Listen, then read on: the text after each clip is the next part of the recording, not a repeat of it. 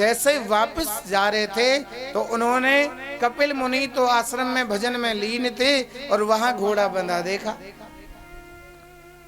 घोड़ा देख करके क्रोध में आग बबूल हो गए। ऐ चोर, बड़ा ढोंग करके बैठा है, घोड़ा चुरा के और बड़ा भजन करने लगा है। हमको लगे कि भाई हमें पता नहीं चलेगा। लेकिन अहंकारी जहां कोई अपनी चीज देता है उसी को तुरंत कलंक लगाता है। और भैया उन्होंने तो संत को ही अभद्र भाषा में गाली दी। देखो खामों का चोर है कोई और किसी को हम परेशान करें तो भैया क्रोध तो आता है। अति होने लगी। कहते हैं भैया जो हमारा कोई कुछ बिगाड़े ना और हम उससे खामों खा परेशान करेंगे तो कहते हैं कि संत ब्राह्मण के पास में दो ही हथियार होते हैं। यदि ब्राह्मण को दुखी कर दिया तो श्राप ही निकलेगा और ब्राह्मण को प्रसन्न कर दिया तो आशीर्वाद ही निकलेगा। अब भैया अति होने लगी। 60,000 थे ना, गाली देने लगे कपिल भगवान को। अरे ये पाखंड कर रखा है, ये भजन का बहाना ले रखा है, बड़े चोर पाखंड करके हमारे घोड़े को यहाँ लेके बैठा है। जब अभद्र भाषा में गाली देने लगे, बहुत जब अति हो गई तो भजन उनका छूट गया। और जैसे ही भजन छूट गए क्रोध आया। कहते ब्राह्मण का क्रोध अग्नि निकालता है। जैसे ही क्रोध में कपिल भगवान की नेत्र खुली, नेत्रों से ज्वाला निकल गई और ज्वाला से 60,000 जो थे सब के सब जल के राख हो गए। और ब्राह्मण के दुखी होने पर जो कहते हैं ब्राह्मण के श्राप से जो जल गया उसकी मुक्ति कोई साधन से नहीं हो सकती। सगर के 60,000 पुत्र जल के राख हो गए। गए थे घोड़े खोजने, ना घोड़ा ही लेके आए ना खुद ही आए। उधर असमंजस में बुद्धि कम थी लेकिन उनका बेटा था अंशुमान। अंशुमान को सगर ने कहा बेटा तुम बुद्धिमान लगते हो, जाओ घोड़े को खोज के लाओ और जो तुम्हारे चाचा जी घूम सटेटे जो खोजने गए उनका पता कर वो कहाँ चले गए। अंशुमान जाते हैं, खोजते खोजते खोजते जब वन में पहुंचे तो वहां देखते ही अचम्मा हुआ कि एक हड्डियों का पूरा पहाड़ लगा हुआ था। क्योंकि 60,000 इंसान जब एक साथ जलेंगे तो इंसान की हड्डियां बड़ी चमकती हैं। इंसान की हड्डियों का पूरा पहाड़ देख करके कहने लगा ये कौन थे एक साथ जल गए। लेकिन आसपास जो भी कोई मिले उनसे मैं पूछूं तो वहां कपिल भगवान की कुटिया थी।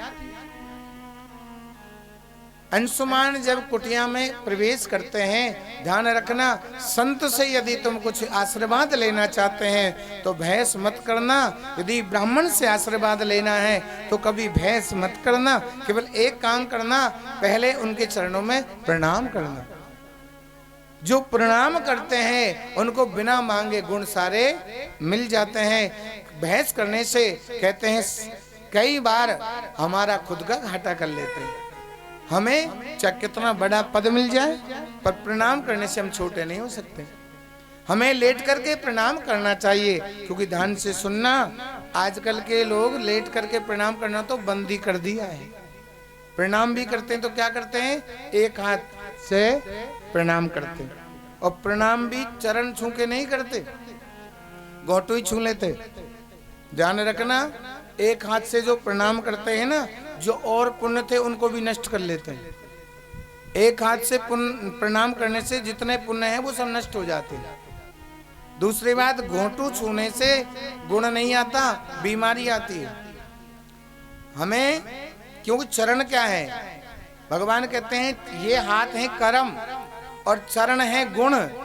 ये कर्म जब चरणों से मिलते हैं तो सामने वाले के अवगुण नहीं आते, सारे गुण हमारे भीतर आ जाते हैं और बिना मांगे आ जाते हैं। अंशुमान ने जैसे ही महात्मा को देखा, लेट करके प्रणाम किया। प्रणाम करके बड़ी टूटी वाणी से बोले, महाराज मैं आपको कोटि कोटि प्रणाम करता हूँ। मैं दास साहब का एक निवेदन करता हूँ, मेरे मन में एक बहुत बड़ी चिंता है, आप मुझे इस चिंता से मुक्त करो। कपिल भगवान वाणी सुनकर के बड़े गदगद हो गए। बेटा आपकी वाणी सुनकर के मैं शीतल हो गया हूँ, आप बताओ क्या चिंता है। महाराज मुझे चिंता यह है कि अभी तक मैंने पत्थर के पहाड़ देखे थे, आज मैंने इंसान की हड्डियों का पहाड़ देखा। ये कौन इंसान थे, एक साथ में सबके सब जल गए। कपिल भगवान बोले सुनो, अहंकारी सगर महाराज के पुत्रों ने हमें बहुत सताया। आपकी तरह यदि वो प्रणाम करके तो हमसे पूछते, हम सारी बात बताते, लेकिन उन्हें हमसे कोई बात नहीं करी, हमें तो गाली देना शुरू किया। बिना कारण हमें सताया और बिना कारण अति हो गई तो हमें क्रोध आया, हम क्रोध को रोक नहीं पाए और हमारे क्रोध की अग्नि से वो जल के राख हो गए। जब बात सगर महाराज के पुत्रों की सुनी तो समझ गया ये तो वही हैं हमारे पूर्वज जिनकी खोज करने आया हूं, वो तो सब जल गए, अब वापस कहां जाएंगे। लेकिन अब उन्होंने सोचा, महाराज निवेदन करता हूं, इंसान आज क्या कर रहा है, जब माँ बाप जिंदे होते हैं तो अपने हाथों से भोजन नहीं खिलाना चाहता, अपने हाथों से पानी नहीं पिलाना चाहता, लेकिन वो मर जाते हैं ना, जब शरीर छोड़ देते हैं, जब पंचायत जमाना चाहता है, आत्मा रोती है कि मृत्यु भोजन महापाप है। मरने के बाद तू दिखावा कर रहा है, जिंदे जिंदे तूने पानी तक नहीं पिलाया, जिंदे जिंदे तू मुंह से अच्छी वाणी नहीं बोलता और मरने पर तू संसार को दिखाना चाहता है कि मैं इतना भला हूं। अरे नहीं, मरने के बाद आत्मा की मुक्ति भोजन से नहीं होती, मरने के बाद दिखावा मत कर। यदि तू मुक्ति करना चाहता है तो आत्मा की मुक्ति तो केवल हरि के नाम से होगी, हरि गंगा से होगी। उन्होंने कहा, महाराज अब इन्होंने गलती करी, इनकी क्षमा मैं आपसे मांगता हूं, पर इनकी मुक्ति का कोई साधन बता दो। संत कहने लगे, महाराज आप यदि इतने ब्रह्म भाषा से पूछते हैं तो एक ही साधन है इनकी मुक्ति का, केवल जो भगवान ने 3 लोक नापे थे तो उनका चरण ब्रह्मलोक में गया। ब्रह्मा जी ने जब प्रभु का चरण देखा तुरंत ही प्रसन्न होकर के उनका चरण धो लिया, भगवान के चरण धोए, कमंडल में जल रख लिया और वही भगवान का चरणामत है, उसका नाम गंगा है। वो ब्रह्मा के कमंडल से गंगा, भगवान के चरणों की धुली वो जल गंगा यदि पृथ्वी पे आ जाएगी तो इनका उद्धार हो जाएगा। अब देखो, हमारी ताकत तो है नहीं जो गंगा को हम यहाँ लिया है। गंगा का एक बर्तन में अंश तो ला सकते पर गंगा तो नहीं ला सकते, इसलिए अंशुमान ने गंगा की प्रार्थना करी पर गंगा नहीं आई। उनके बेटा दिलीप हुए, उनने भी प्रार्थना करी पर गंगा नहीं आई। दिलीप के भागीरथ हुए। भागीरथ ने कैसे तपस्या करी? भागीरथ ने कहते हैं गंगा को लाना है, भक्ति को लाना है, तो हमारे घर में भक्ति कब आएगी? जब हमारे जीवन में त्याग होगा। हमारे मन में राम राम राम राम राम राम तो बहुत है, पर जब भगवान का काम पड़े ना तो हमने अब तक जो कर्जा भगवान का खाया उसे चुकाने की याद कभी नहीं आती कि भगवान का कर्ज भी चुकाना है। आप ही बताओ महाराज, जब तक हम किसी का कर्जा न चुकाएंगे हम पे कैसे राजी हो जाएगा? तो भगवान का कर्जा हम सब पे है। भगवान ने कहा जन्म से ही तुझे इतनी व्यवस्था रखी और तूने कम से कम अरे अपने परिवार को तूने सब लुटा दिया, पर मेरा तो दशंशी था, उसे भी तू परिवार को लगा बैठा। जो मेरे हक में नहीं चुकाता उससे मैं राजी नहीं होता। तो त्याग होना चाहिए कि जिसने हमें दिया है उसका हमें लौटाना है। तो इंसान की चिंता हमें बहुत होती है, लेकिन परमात्मा की चिंता हम नहीं करते कि भगवान ने जो हमको दिया वो हमें उसके नाम पर लगाने से उसका कर्ज चुक जाता है। भगवान का कर्ज कब चुकता है? जहाँ भगवान का नाम हो। हमारे घर पे तो हम लाख कर सकते हैं, पर हमारे घर पे अभिमान होता है, हमारा ही नाम होता है, पर जहाँ हमारा नाम ना हो, हमारा घर ना हो, वहाँ हम जब प्रभु के नाम पर अर्पण करते हैं तो भगवान का कर्ज अदा होता है। इसलिए त्याग से प्रार्थना करी। सबसे पहले भागीरथ ने जल का, अन्न का त्याग कर दिया। और इतना बड़ा त्याग तो हम नहीं कर सकते। उन्होंने अन्न जल का त्याग करके जैसे ही गंगा माँ को प्रार्थना की तो गंगा माँ प्रसन्न हो गई और गंगा कहती है, हे पुत्र मैं आऊंगी पर मेरा वेग पृथ्वी रोक नहीं पाएगी, पृथ्वी को चीर के मैं रसातल में चली जाऊंगी, इसलिए ऐसा कोई पृथ्वी पे जिसे मुझे रोक ले। अब कौन रोक सकता है पृथ्वी पे गंगा को? क्योंकि भक्ति किस में रुकती है? चालाक में भक्ति नहीं रुकती, धनवान के घर भक्ति नहीं रुकती, भक्ति तो भोले के घर रुकती है। इसलिए भोलेनाथ को मना लो, सरल होगा ना वहां भक्ति रुक जाएगी। क्योंकि सरल इंसान मान सकता है, चालाक इंसान कभी नहीं मानता वेद की, इसलिए भोलेनाथ को मनाएं। आइए बड़े भाव से आज भागीरथ ने जो भोलेनाथ को मनाया है, हम भी थोड़ी देर के लिए भोलेनाथ को मना लें, जिससे हमारे जीवन में भी गंगा माँ प्रवेश यहाँ हो जाए, हमारी यहाँ भक्ति हृदय में रुक जाए, जिससे हमारे भी पूर्वजों का उद्धार हो। आइए बड़े भाव से 5 अक्षर का मंत्र है जो सबसे प्यारा है। संकट की घड़ी में जो इस मंत्र का जाप करता है उसे तुरंत आराम मिलता है। बोले भोलेनाथ की। तेरा पल पल बीता जाए, मुख से जप ले नमः। सभी को जाप करना है।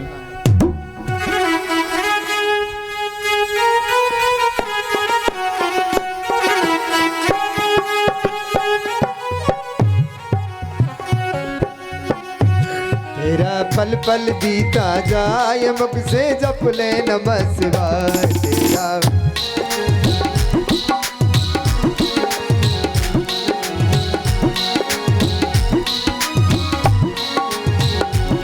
तेरा पल पल बीता जाए, मुख से जप ले नमः शिवाय।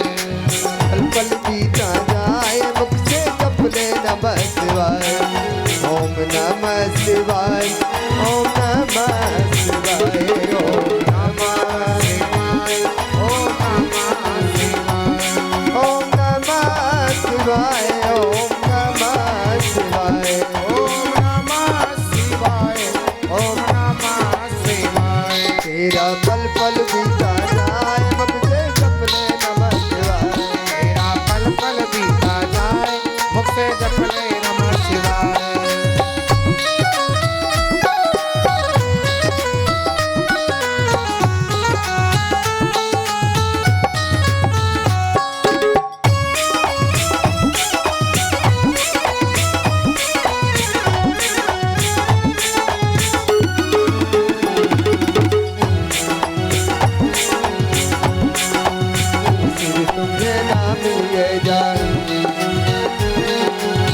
सिर्फ तू नाम लिए जा, मस्त में मस्त लिए जा।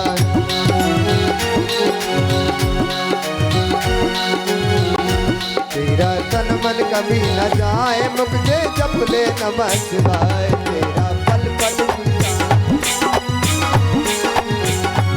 ओम नमः शिवाय, ओम नमः शिवाय।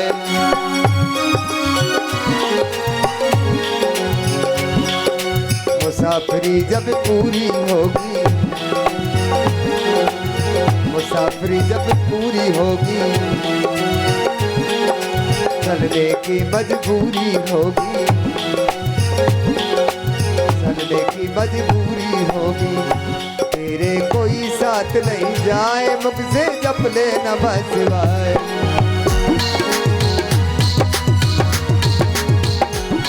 ओम नमः शिवाय, ओम नमः शिवाय, ओम नमः शिवाय, ओम नमः शिवाय, ओम नमः शिवाय, ओम नमः शिवाय, ओम नमः शिवाय, ओम नमः शिवाय। तेरा पल पल बीता जाए, मुख से जप ले नमः शिवाय। तेरा पल पल बीता जाए, मुख से जप ले नमः शिवाय।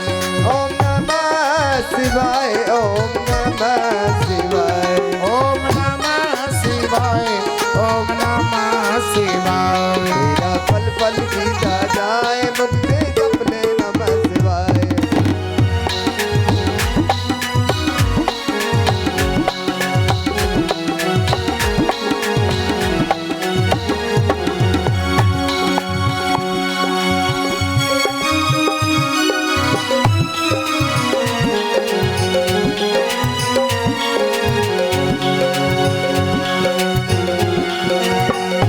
भोलेनाथ से निराला कोई और नहीं, भोलेनाथ से निराला कोई और नहीं, और नहीं रे कोई और नहीं।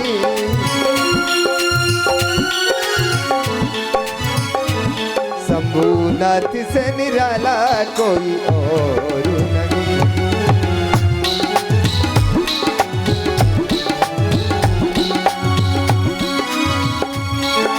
जब जब काया करवट बदले बाप चमकते अगले पिछले, जब जब काया करवट बदले पाप चमकते अगले पिछले, जब जब काया करवट बदले पाप चमकते अगले पिछले।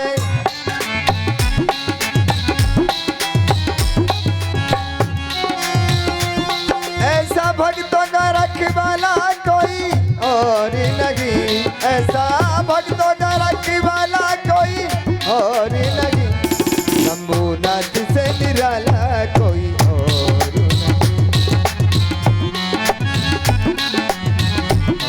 नहीं, भोलेनाथ से निराला कोई और नहीं।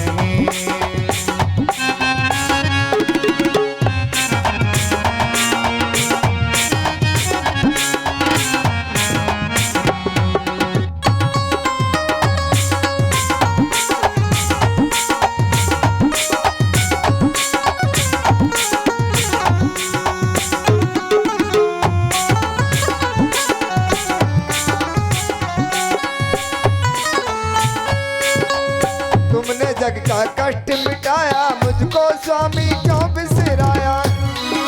तूने जग का कष्ट मिटाया मुझको स्वामी क्यों बिसराया, मुझको स्वामी क्यों बिसराया। तुमने जग का कष्ट मिटाया मुझको स्वामी क्यों बिसराया। तुमने जग का मुझको स्वामी क्यों बिसराया, मुझको स्वामी क्यों बिसराया। ऐसा भक्तों का रखवाला कोई और नहीं, ऐसा भक्तों का रखवाला कोई और नहीं। भोलेनाथ से निराला कोई और नहीं, शंभुनाथ से निराला कोई और नहीं। भोलेनाथ से निराला कोई और नहीं, कोई और नहीं, कोई और नहीं। भोलेनाथ की जय। भोलेनाथ प्रसन्न हो गए और भागीरथ से कहा, कह दो गंगा से पूरे बेग से आ जाए। गंगा ब्रह्मा जी के कमंडल से ध्रुव लोक में आई, सप्तऋषि मंडल में आकर के सीधी भोलेनाथ की जटाओं में समा गई। भोलेनाथ की जटा इतनी विशाल है,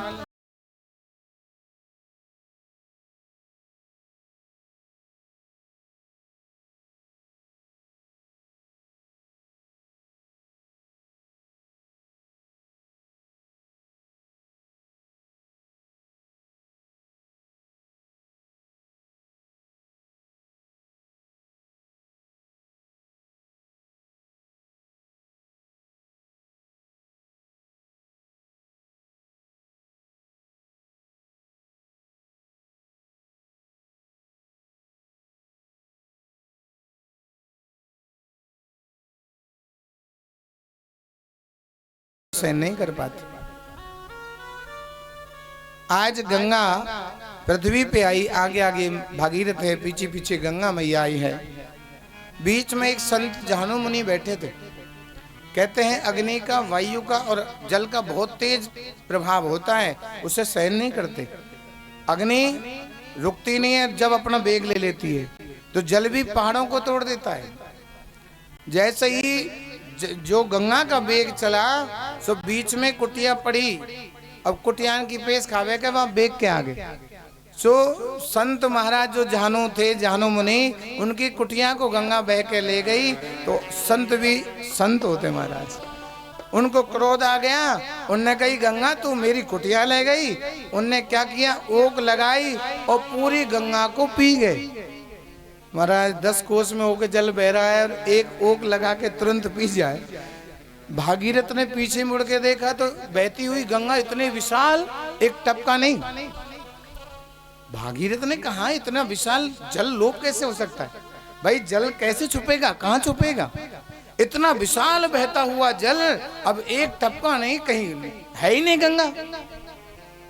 बैठे महात्मा से भागीरथ ने कहा बाबा पीछे पीछे गंगा आ रही थी, वो गंगा कहाँ चली गई? हंस करके संत बोले अरे माने मेरी कुटिया बांध आई, तो मैं तो वहां ओक लगा के पी गए। भागीरथ ने कही जय हो महाराज, पूरे समुद्र को भरने वाली गंगा को संत ओक लगा के पी गए। भागीरथ बोले महाराज मैंने मेरे कुल के उद्धार के लिए जो गंगा बुलाई थी, आप अब उसे बाहर निकालो। तो पेट में गई चीज वापस मुख से नहीं निकाल सकते, वो उच्च झूठी हो जाती है, क्योंकि जैसे कोई पेट के द्वारा निकलेगी वो चीज अशुद्ध हो जाती है। अब कैसे निकाले गंगा को वापस? भागीरथ ने कहा शुद्ध चाहिए गंगा, अशुद्ध नहीं चाहिए। जानो मुनि, संतों की शक्ति बहुत बड़ी होती है। जानो मुनि कहते हैं चिंता मत करो, अशुद्ध नहीं शुद्ध निकालेंगे, इसलिए उन्होंने अपनी जंघा से गंगा को प्रकट कर दिया।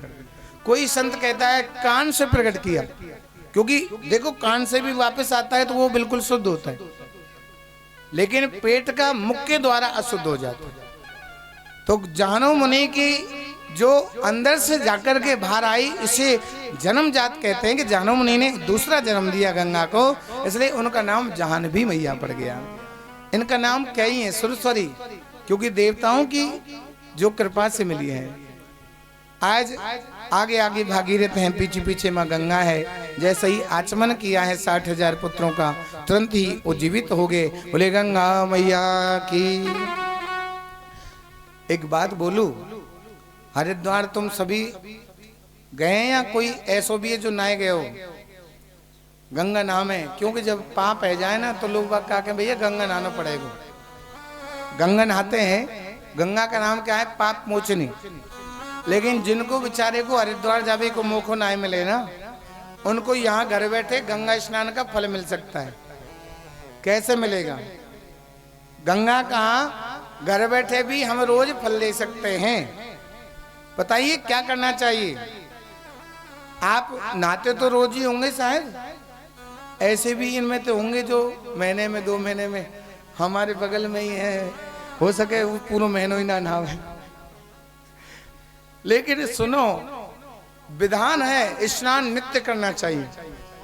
क्यों करना चाहिए? क्योंकि ये स्नान से हमारी काया है ना वो निरोगी होती है। स्नान हमें, क्योंकि तन शुद्धि हमें जरूर करनी चाहिए, तो हमें रोज नहाते समय गंगा मैया कहती है जो स्नान करते समय मेरे नाम का ध्यान करता है उसे मैं अपने गंगा स्नान का फल देती हूँ। तो गंगा नहाते समय कहते हैं, जब हम नहाते हैं रोज, जैसे ही हम लोटा डालते हैं तो हमें बोलना चाहिए हर हर गंगे, हर हर गंगे। अब गल्ले तो कहे अरे री मैया, जाड़े में नहावे जो तो गंगा को नाम ही नहीं आवे। वैसे नहाते समय आपको हर हर गंगे बोलना चाहिए। गंगा का नाम लेने मात्र से गंगा स्नान का फल मिलता है। तो आप में से तो सभी बोलते होंगे कि हर हर गंगे, बोलते हैं कि नहीं बोलते? अब तक नहीं बोलते तो आज से शुरू कर देना। तुम्हारों का पैसा लग रहा है हमें, अरे फ्री को जल है, जल से नहावे तो गंगा मैया को नाम तो ले करो। नाम लेने से ही गंगा का फल मिल रहा है, तो हमें नित्य स्मरण करना चाहिए। बोले गंगा मैया की। इस युग की कहते हैं जो सूर्यवंश की कथा है, इसमें बड़ी सुंदर कथा आती है सबसे अच्छी। उस कथा में सबसे अच्छा नाम है जहां राम आते हैं। और राम किसके घर आए? बताइए, राम किसके घर आए? किसके घर जन्म लिया राम जी ने? दशरथ के घर। राम जी तो तुम्हारे घर भी आप बैठे हैं कि मैं तुम्हारे घर भी आ जाऊं? भगवान कहते हैं कि महाराज दशरथ जी का नाम बड़ा ही सुंदर है। भगवान आपके घर भी आना चाहते हैं, लेकिन आपको वो देखने के दशरथ बने कि नहीं बने।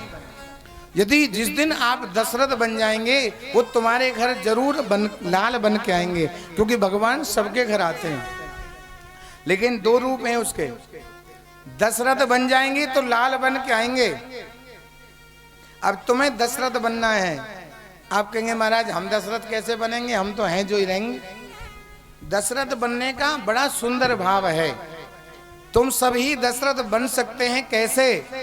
कि तुम्हारे पास जो रथ है ना, ये शरीर, इसके 10 घोड़े हैं। इस शरीर रूपी रथ के 10 घोड़े हैं। जो अपने घोड़े को वश में कर लेता है उसी का नाम दशरथ है। जो इंद्रियों को वश में कर लेता है, भगवान कहते हैं उसके दिल में मैं आ जाता हूं। क्योंकि जिसकी इंद्रियां बस में है, आंख बस में, कान बस में, जबान बस में, ये शरीर की 10 इंद्रियां जिसके बस में है उसी का नाम दशरथ है, और कोई दशरथ नहीं है। बाकी जिसकी इंद्री बस में है, मैं पक्का कहता हूं उसकी जिंदगी में कोई अपराध नहीं होगा। क्योंकि अपराध क्या करती है? आंख, ये कान, ये जबान, ये इंद्रियां हमसे अपराध करवा रही हैं। इसलिए जिसने अपने 10 घोड़ों को बस में कर लिया उसके दिल में राम जरूर आएगा। उसके दिल में भगवान कहते हैं वो दशरथ माना जाएगा जो इंद्रियों को बस में कर लेता है। लेकिन जिसकी इंद्री बस में नहीं है, जिसकी इंद्री और शैतान है गई, वो कौन है?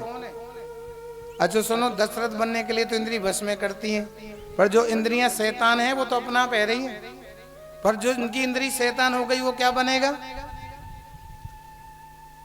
बस थोड़ा सा नाम बदलना है। जिन्हें इंद्री बस में करी वो तो दशरथ है, पर जिसकी इंद्री शैतान हो गई वो दशानन है। दशानन आपको पता है क्या है? दशानन रावण का नाम है। भगवान कहते हैं मैं शैतान के भी घर आता हूं और मैं दशरथ के भी घर आता हूं, लेकिन दशरथ बन जाओगे तो मैं तुम्हारे घर में लाल, जो अपने गोद में खेलने वाले लाल के रूप में आऊंगा। लेकिन तुम यदि दशानन बन गए तो मैं काल के रूप में आऊंगा।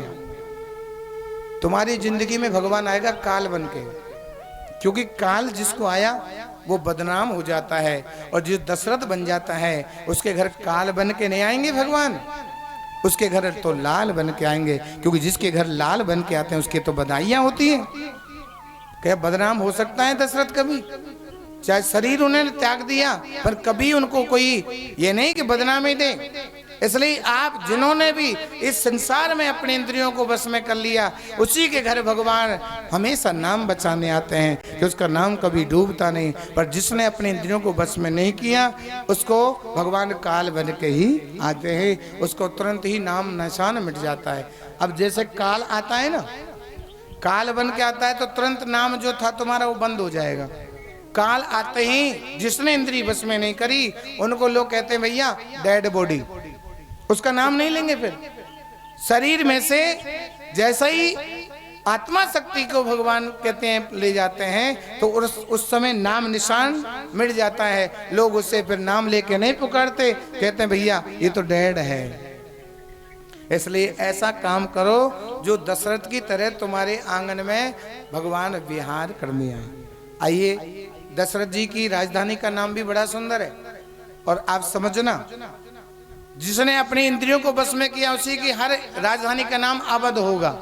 अवध का मतलब जहां बदी ना हो, जहां कभी कोई भी बदी नहीं होती, कोई पाप नहीं होता, क्योंकि ये पाप इंद्रियां करवाती हैं। जिसकी इंद्रियां बस में वो कभी पाप नहीं करेगा, और जहां पाप नहीं होगा वहां कभी कोई संकट नहीं आएगा। न वहां अकाल पड़ेगा, न वहां अन्न का टोटा आएगा, न वहां धन का टोटा आएगा। क्योंकि पाप जब बढ़ता है तो अन्न का टोटा आता है, धन का टोटा आता है, गरीबी आती है, क्योंकि पाप से सूखा पड़ती प्रलय आती है। इसलिए महाराज दशरथ की राजधानी अवध है, जहां कोई बदी नहीं होती। दशरथ महाराज ऐसे राजा हैं जो कभी किसी संत का वचन उलट कर नहीं देते जवाब। हर संत की आज्ञा को मानते हैं, हर संत की आज्ञा से अपने राज्य में काम करते हैं। कोई भी प्रजा उनके वहां दुखी नहीं होती।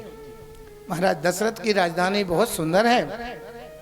कोई अन्न का टोटा नहीं, कोई धन का टोटा नहीं, कोई ताला नहीं लगाता, कोई झगड़ा नहीं करता। झगड़ा करे क्यों जब कोई टोटा ही नहीं? क्योंकि झगड़ा तो टोटे का है। गरीबी बढ़ेगी तो झगड़ा होगा, कलह होगा, चोरी होगी, अपराध होंगे। भाई जब इंसान के पास में गरीबी आती है तो अनेक तरह के अपराध सिखा देती है। गरीबी में अनेक तरह की बदनामी मिल जाती है। राजा दशरथ के महाराज के वहां कोई कमी नहीं है, अन्न भंडार भरे, धन के भंडार भरे, सोना चांदी की कोई कमी नहीं है, वहां प्रजा की सुख चैन में कोई कमी नहीं है। लेकिन राजा कैसे हैं जो स्वयं फेरा देते हैं, कभी प्रजा को दुखी करना नहीं चाहते। लेकिन राजा दशरथ के भी सब कुछ है, लेकिन एक कमी बहुत बड़ी है। कहते हैं कि इंसान अधूरा है। इंसान कब तक अधूरा माना जाता है? इंसान माने शरीर को तो जन्म दे दिया, लेकिन अभी वो इंसान नहीं बना। शरीर प्राप्त करने से इंसान थोड़ी बन सकते। इंसान कब बनेंगे? जब असली इंसानियत का जन्म होगा। इंसान अधूरा है गुरु ज्ञान के बिना। जब तक गुरु दीक्षा नहीं देते, गुरु से इंसान के गुण नहीं देते, जब तक वो इंसान पूरा नहीं होता। इंसान अधूरा है गुरु ज्ञान के बिना, और धनवान अधूरा है संतान के बिना। धन कितना भी हो, लेकिन संतान ना हो तो अधूरा है। धनवान अधूरा है संतान के बिना, और ये जवान अधूरी है।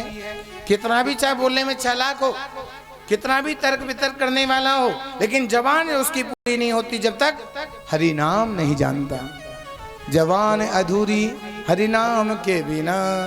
जो जवान हरि नाम को नहीं बोलती, वो जवान अधूरी है। राजा दशरथ के वहां भंडार तो भरे हैं, लेकिन संतान नहीं।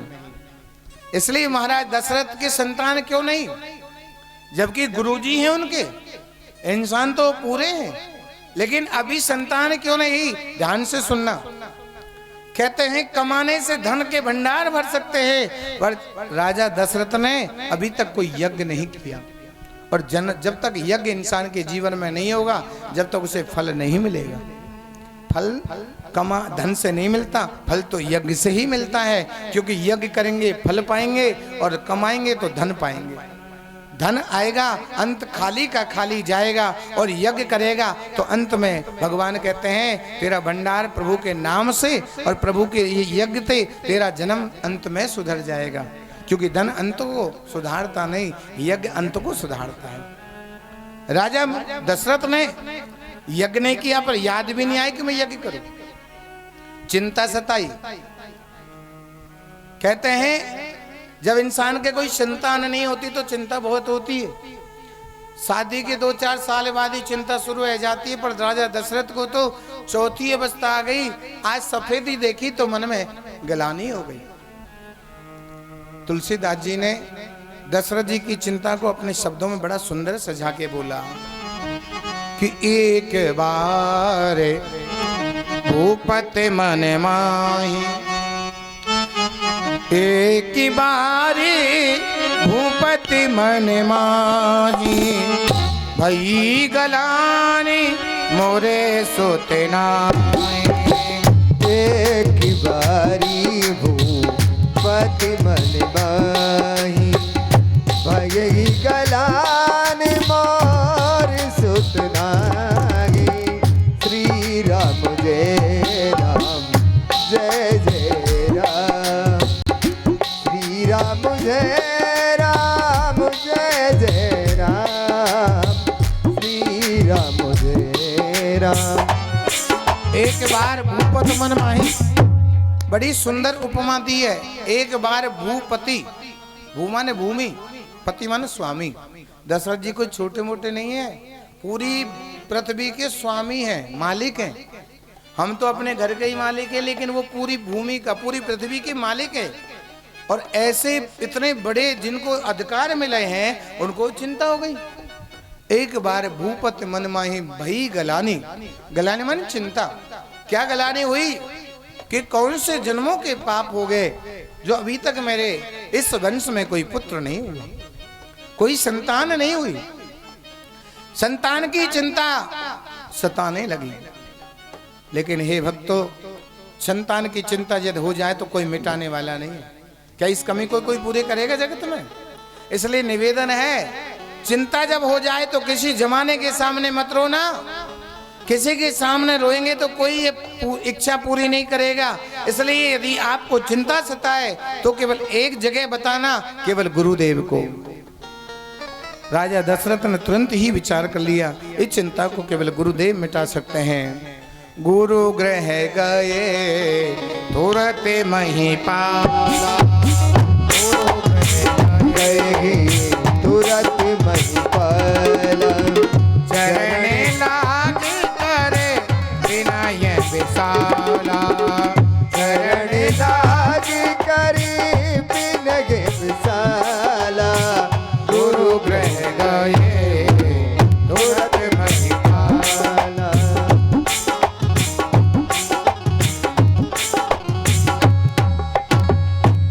चौपाई में कहा कि गुरु ग्रह गए तुरंत महिपाला। स्वयं गुरु के घर गए हैं कौन? महिपाल। मही माने पृथ्वी और पाल माने पालनहार। अपने पूरी पृथ्वी के स्वामी, स्वामी नहीं पालनहार भी बताया उनको कि पूरी पृथ्वी के पालन करने वाले आज गुरु के स्वयं घर गए। हमारे पास इतना बड़ा राज्य होता, हम सबका पालन करते ना, तो अहंकार इतना होता, गुरु जी कोई कहते घर आओ, लेकिन कहते हैं वो गुरु को नहीं बुलाया, गुरु के खुद चल के गए पैदल। और जाकर के ये नहीं कि इतने बड़े तो बराबर बैठ जाए, गुरु के चरणों में लेट गए। गुरु के चरणों में लेट करके चरण लाग कर विनय विशाला, चरणों में लेट करके प्रणाम किया और टूटी वाणी से, अपनी वाणी से कहा, गुरुदेव कौन से जन्मों का पाप मैंने किया है जो अभी तक कोई संतान का मुख नहीं देखा? क्या मुझे कोई अग्नि देने वाला नहीं होगा? क्या मेरे खानदान में वंश आगे नहीं बढ़ेगा? गुरुदेव मुझे बताइए, क्या मेरे कोई संतान पैदा नहीं होगी? गुरुजी कहते हैं, ध्यान से सुनो। इंसान चिंता बहुत करता है पर अपने कर्तव्य को भूल जाता है। कर्म भी जिंदगी में बहुत किए तुमने, ये कर्म तो पेट भरने वाले हैं। ध्यान रखना, कर्म कब छोड़ देंगे साथ? जब कर्तव्य नहीं करेंगे। कर्म इंसान पूरी जिंदगी करता रहा पर उसका कर्म भी उसका साथ अंत में छोड़ेगा। लोग कहे भैया कर्तव्य खराब थे। कर्तव्य याद रखो, अपना कर्तव्य क्या है? अरे खाना कमाना, संतान को पालन करना, ये कर्म तो बहुत किए पर कर्तव्य है इंसान का यज्ञ करना। तुरंत गुरुजी ने कहा, तूने यज्ञ नहीं किया। अरे यज्ञ करो, एक नहीं चार चार पुत्र पैदा होंगे, पर इस संसार में तुम इंसान बन के आए हैं तो अपना कर्तव्य है यज्ञ करना। यज्ञ करो, एक नहीं चार चार पुत्र हो जाएंगे, और ऐसे नहीं जो तुम्हारे सुख होगा पूरी जगत को सुखी कर देंगे। धरो धीर हो मैं सुतचारी, त्रिभुवन भवन जगत भयहारी। गुरुजी कहते हैं चिंता ना करो, संसार के भय मुक्त करने वाले पुत्र हो जाएंगे, पर यज्ञ करिए। आज के जमाने में जब संकट आता है ना, तो पूछने वाले तो बहुत पूछे, पंडित जी क्या करूं, पंडित जी क्या करूं, पर पंडित जी जब काम बता में वाक करने वाले एक ना मिले। पंडित जी को एक ही चीज बतानी चाहिए जिससे पूरे जगत का कल्याण होता है, केवल यज्ञ। क्योंकि और जो दवा है वो काम की नहीं है, सबसे बड़ी दवा है हरि की कथा। क्योंकि कथा से पूरी जिंदगी की सब बीमारी मिटती है। देखो, डॉक्टर की दवा शरीर को ठीक करती है, गरीबी को ठीक नहीं कर सकती, मन की चिंता को ठीक नहीं कर सकती, लेकिन हरि की कृपा, हरि की कृपा जो कथा है, हरि की कृपा हो जाए तो गरीबी भी मिट जाती है, शरीर की रोग भी मिट जाते हैं और मन के रोग भी मिट जाते हैं, मन की चिंता भी मिट जाती है। इसलिए सब रोगों की दवा है केवल हरि का यज्ञ। गुरुजी ने कहा, लेकिन ध्यान से सुनो, आज के जमाने में महाराज कहने पर विचार इंसान तुरंत करता है, काम नहीं करता, पहले सोच करता है। मैं कहता हूँ सोच कहाँ करनी चाहिए? सोच करनी चाहिए पाप में, सोच करना चाहिए अपराध करते समय, सोच करना चाहिए किसी के साथ अन्याय करते समय, लेकिन प्रभु का कोई काम आपको कहे सोच मत लगाना। यदि आप सोच लगाएंगे ना तो आपको फल नहीं मिलेगा। इसलिए राजा दशरथ ने ये नहीं कहा कि मैं घर जाके पत्नी पूछूं या घरवाड़े ने पूछूं या परिवार पूछूं। गुरुजी ने आज्ञा दी, 3 जगह शंका नहीं करनी चाहिए, माता पिता, गुरुदेव और प्रभु के काम में कभी कोई सोच ना करो, क्योंकि ये तीनों हितकारी होंगे तुम्हारे। जो माँ बाप होते हैं ना वो तुम्हारे हित का काम बताएंगे, जो गुरु होते हैं ना वो तुम्हें हित का काम बताएंगे। इसलिए जो आज्ञा गुरु की मिले उसमें ये सोच ना लगाएं। आज दशरथ जी ने सोचा नहीं, तुरंत कह दिया गुरुजी आपने कहा है एक पल भी समय मत बर्बाद करो, तुरंत यज्ञ करवाओ। गुरुजी ने जब ये देखा कि तुरंत ही काम के लिए तैयार है, श्रृंगी ऋषि वशिष्ठ बुलावा। वशिष्ठ जी ने श्रृंगी ऋषि जो यज्ञाचार्य बड़े सुंदर हैं, श्रृंगी ऋषि वशिष्ठ बुलावा पुत्र काम शुभ यज्ञ करावा। चाहे पुत्र की कामना से कराया, पर श्रृंगी ऋषि आदि को बुला करके महाराज वशिष्ठ ने तुरंत ही दशरथ महाराज का यज्ञ करवाया। यज्ञ में देखो इंसान यज्ञ तो करते हैं, मैंने देखा है कई बार कहने से भागवत तो करवा देते हैं, पर भागवत में करने का फल कई बार नहीं मिलता। क्यों भागवत करने का फल क्यों नहीं मिलता? क्योंकि वो प्रेम से नहीं, वो दिखावे से ज्यादा होता है, अहंकार से ज्यादा होता है। वो ये नहीं कहते कि प्रभु कर रहा है, वो कहते हैं मैं कर रहा हूं, मैं कर रहा हूं, मैं। और एक बार मैं बोलने पर 1000 पुण्य नष्ट हो जाते। तो जिसने जो पुण्य किए हैं वो एक बार मैं बोला और सब मैं अहंकार से नष्ट हो गया, क्योंकि अहंकार पुण्यों का पतन करता है। तो आपने जो किए थे ना वो तो माइनस कर दिए।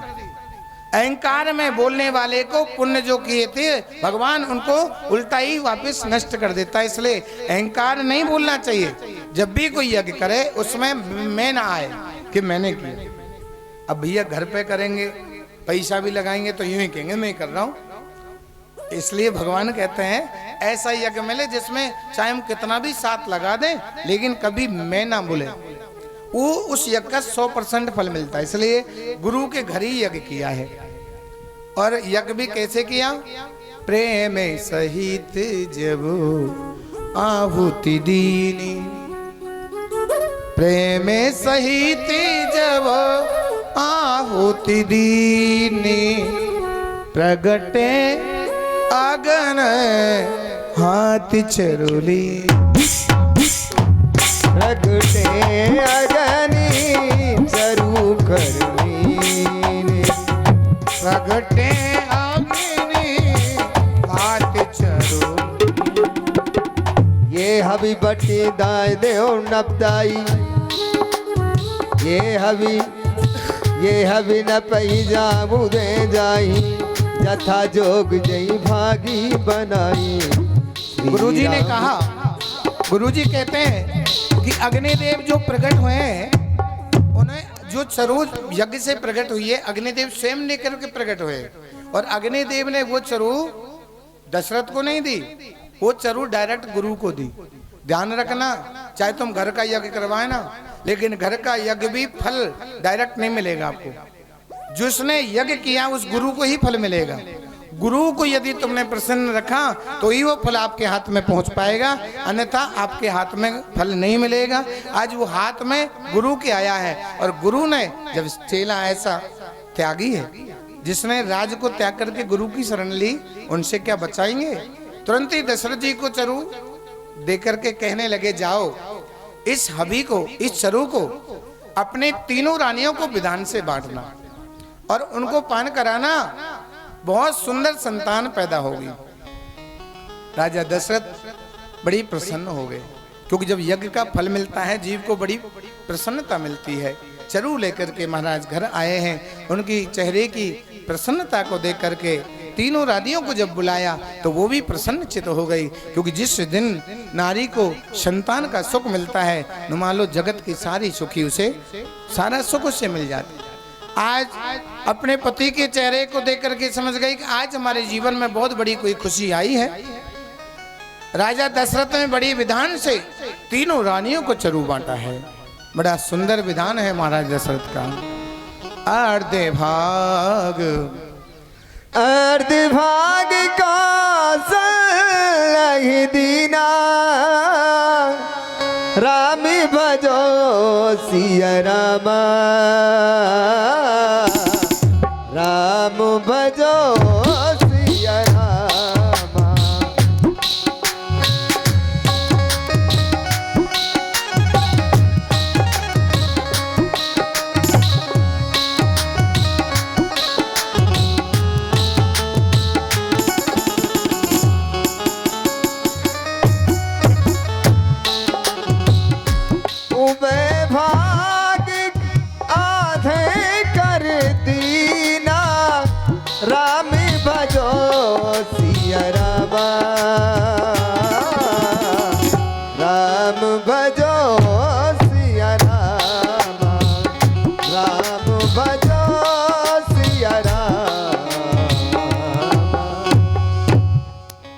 अर्धभाग है कौशल्या देना। अब देखो कोई भी तरल पदार्थ है उसका फिक्स आधा आधा नहीं हो सकता, अर्धभाग जो कौशल्या को दिया है उसके बाद जो बचा है उसे उभय बोला है। बचा हुआ भाग जो है वो आधा आधा सुमित्रा और कैकेयी मैया को दे दिया है। तीनों रानियों ने हाथ में चरु लिया और चरु लेकर के इतनी खुशी हुई कि खुशी में अपने शरीर की गति भूल गई। कई बार खुशी इतनी हो जाती है कि हमें शरीर अपनी सुध नहीं रही, इतनी बेसुधी हो गई कि चरु को लेकर के खड़ी है, अभी पा नहीं रही। ध्यान से सुनना, शुभ काम मन में आ जाए उसमें देर मत करना। यदि देर हो सकती है तो कोई घटना घट सकती है, इसलिए कहते हैं शुभ काम में देर बुरी। शुभ काम में देर नहीं करनी चाहिए, शुभ काम को तुरंत कर देना चाहिए, नहीं तो एक घड़ी का भी पता नहीं है। इसलिए संतों ने कहा कि संसार के काम में देर लग जाए तो कोई बड़ी बात ना, पर हरि के काम में पल भी देर नहीं लगनी चाहिए, नहीं तो कुछ उल्टा हो सकता है। यहाँ तीनों जो माताएं चरु को लेकर के खड़ी थी, ऐसी बेसुधी हो गई कि चरु को पीना भूल गई। बहुत देर हो गई, क्या हुआ, एक घटना घट गई कि सुमित्रा मैया के हाथ से जो चरु था एक चील पक्षनी लेकर के उड़ गई।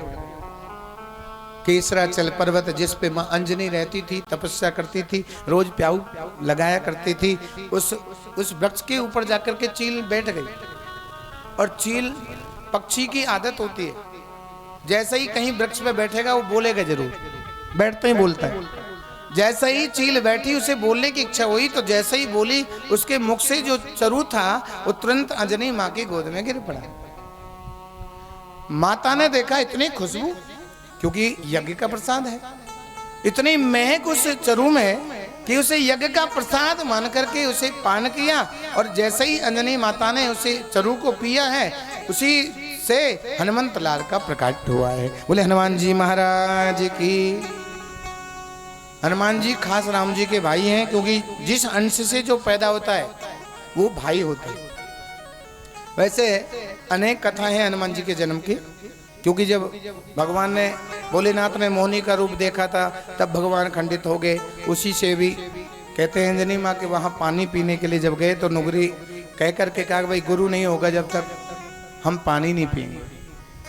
लेकिन ये भी विधान देखो मैंने संतों से सुना है, क्योंकि संतों की बात ही मैं अब तक पहुंचा रहा हूं। इधर सुमित्रा मैया जो है उदास हो गई, क्योंकि मिला हुआ फल जब हाथ से चला जाए तो उदासी तो आ ही जाती है। सुमित्रा मैया उदास हो गई, मन में सोचने लगी क्या करूं, मेरे तो जिंदगी में जो सुख आया था अब मैं तो सुखहीन हो गई, मुझे तो सुख मिलेगा नहीं संतान को। उदास होने लगी, चेहरा उतर गया। लेकिन कौशल्या मैया कैकेयी मैया को दोनों को दया आ गई, बहन छोटा मन मत करो, अभी हमने भी चरु नहीं पिया, इसलिए चिंता मत करो, हमने अभी चरु नहीं पिया, हम भी अपना आधा आधा हिस्सा तुम्हें दे देंगे।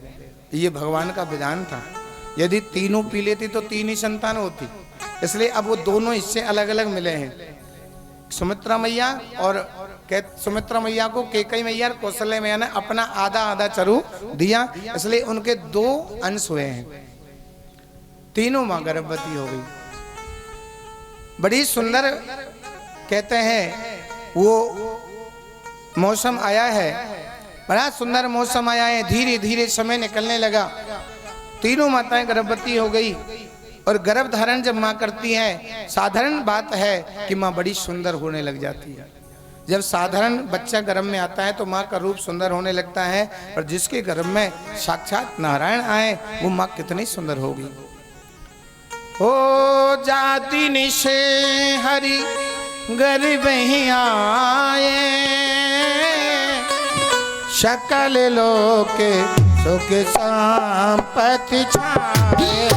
राम सिया राम जय जय राम, राम सिया राम जय जय राम। ओ मंगली भवन अमंगल हारी, प्रभु सुदसीरति अजीर बिहारी। राम सिया राम जय जय राम, राम सिया सिया राम जय जय। देखिए कितना अच्छा समय है। कहते हैं कि पूरे जगत में जा दिन से हरि गर्भ में आए सकल लोग सुख संपद, पूरे संसार में सुख आनंद होने लगा है। नदियां, नाले, सागर, सारी प्रकृति सुंदर होने लगी है। अवध भी बड़ी सुंदर दुल्हन की तरह सुंदर लगने लगी है। माँ कौशल्या बड़ी सुंदर हो गई है।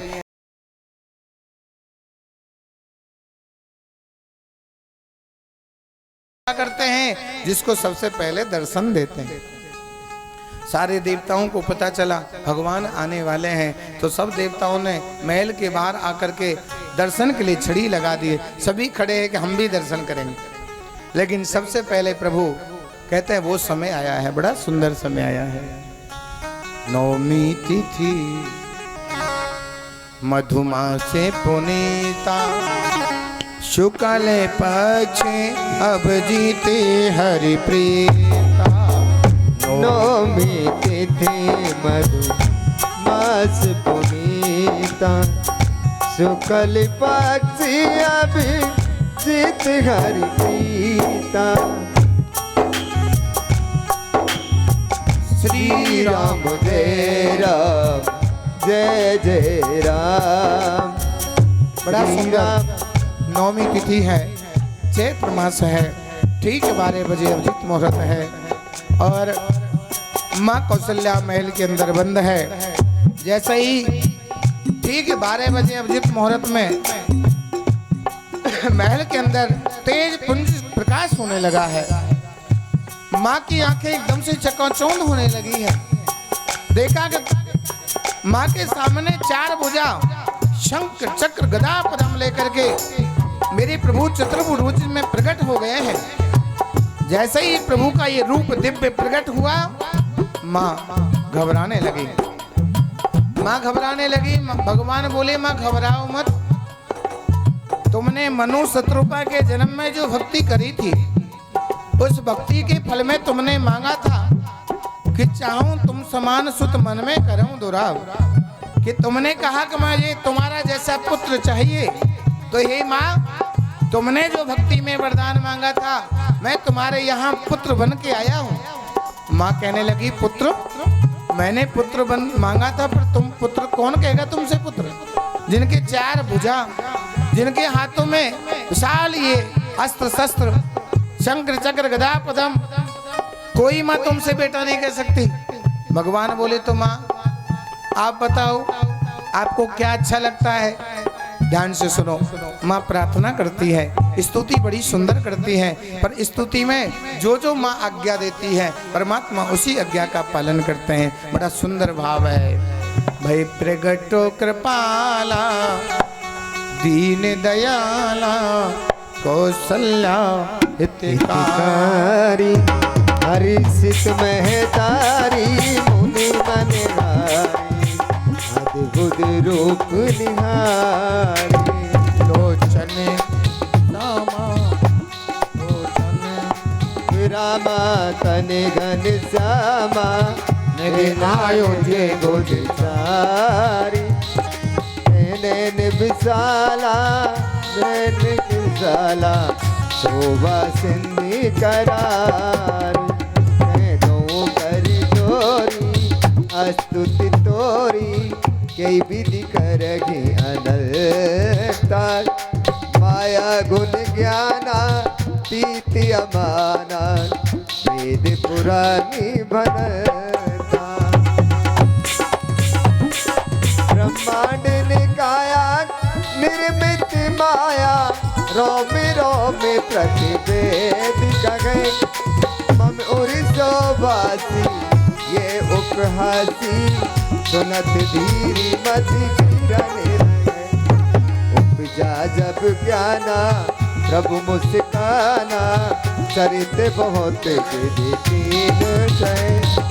नई कथा सुहाई माति बुझाई, जे प्रकार सुत प्रेम लगे। माता पुन बोली सो मत डोली, सजगी तात ये रूपा। की जैसी सुलीला अति प्रियशीला ये सुख परम अनूपा। सुन बचन सुधाना रोदन ठाना होय बालक स्वरूपा। ये चरित जो गावे हर पद पावी तेन भरे पुपा।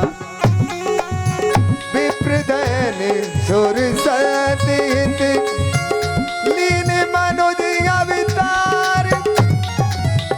निज इच्छा निर्मित नर माया गुण गोपाल। सियावर राम जय जय राम मेरे प्रभु राम जय जय राम। बोले राघवेंद्र सरकार की जय। भय प्रकट कृपाला दीन दयाला कौशल्या हितकारी हर्षित महतारी मन में हरि अद्भुत रूप विचारी। उस रूप को देख करके मन ही मन में हार गई। कैसे इस रूप का मैं निहार करूं, कैसे बखान करूं। माया भी इसके गुण का बखान नहीं कर सकती। जैसे समुद्र की कोई था नहीं हो सकती, ऐसे में इसके रूप की कोई था नहीं है। कहीं दुई कर जोरी स्तुति त्योरी कहीं विधि करूं अनंता। हाथ जोड़ करके कहती है मैं किस प्रकार से इस रूप का बखान करूं। भगवान बोले तो मैया आप बताओ कैसा रूप चाहिए आपको। मां कहने लगी सुनो, मैंने मांगा था पुत्र, आप आए पिता बनके। 4 हाथ हैं, बड़ी बड़ी भुजाएं हैं, इतना विशाल तुम्हारा ये रूप है, कौन मैया तुम्हें पुत्र कह सकती है। आप ऐसा करो, मैंने लाल मांगा तो लाल रूप में बनो। बोलो क्या करूं तो? बोलो 4 हाथ वाला कोई लाल नहीं होता, पहले तो ये हाथ हटाओ, 2 हाथ वाले बनो। भगवान ने माँ के कहने से तुरंत हाथ हटा दी। अब बताओ मैया क्या करूं। बोलो सुनो, 20 फुट को कोई लाला ना होवे, बिल्कुल छोटे है जाओ। भगवान तुरंत छोटे है गए। अब मैया क्या करूं। बोलो कोई भी बालक कपड़े सहित पैदा ना होवे, तुमने ये दुशाला पहन रखे तो मैया करूं का। बोलो नंगे है जाओ, क्योंकि जब बालक पैदा होता है तो नंगा ही पैदा होता है। भगवान हंसने लगे, मैया कभी हाथ हटावे की कह रही, तुम्हें हाथ हटा दिए छोटे की।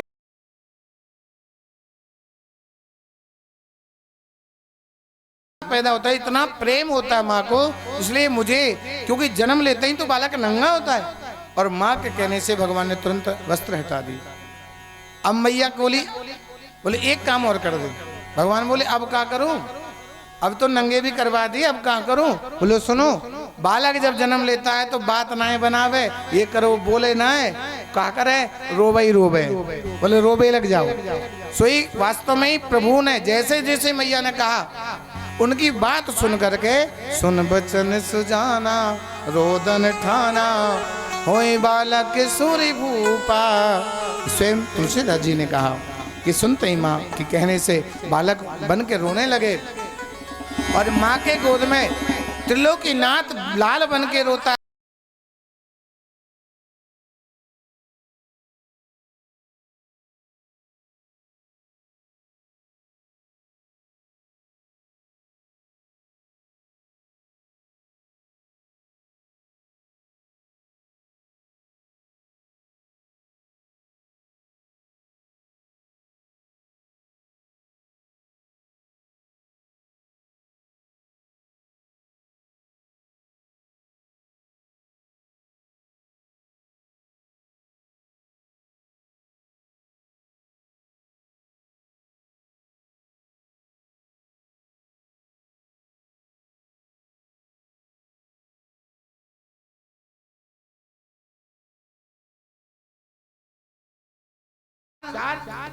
इस जगत में इंसान को काम जरूर करने चाहिए। वो क्या बताया भगवान ने भी कह दिया कि मैं क्यों आया हूं। मैं इंसान बनाओ, मर्द बनाओ, इसलिए बनाओ कि विप्रधे ने सुर संत हित। 4 चीज का जो हित करेगा वो इंसान है। सबसे पहले कलयुग में विप्रों पर, ब्राह्मण पर संकट आएगा। सब लोग उसे बदनाम करेंगे, सब लोग उसका नाम दूषित में आएंगे, सभी कहते हैं उसका काम हक छीन लेंगे। क्योंकि कलयुग में ब्राह्मण इस काम को नहीं करा, इसको सब जात करने लग गए। पहले केवल एक ही हक दिया था कि ये भगवान की गद्दी पर केवल ब्राह्मण को बैठने का हक है। लेकिन अब तो भैया सभी जात अपने अपनी जाति को राजी और होते हैं। भैया हाँ मेरी जाति में व्यास है, इसलिए इस कलयुग में ब्राह्मण पर संकट आएगा, गैया पे संकट आएगा, संतों पे संकट आएगा और देवताओं पे संकट आएगा। विप्रुद्धेन सुर संत हित लीन मनुज अवतार।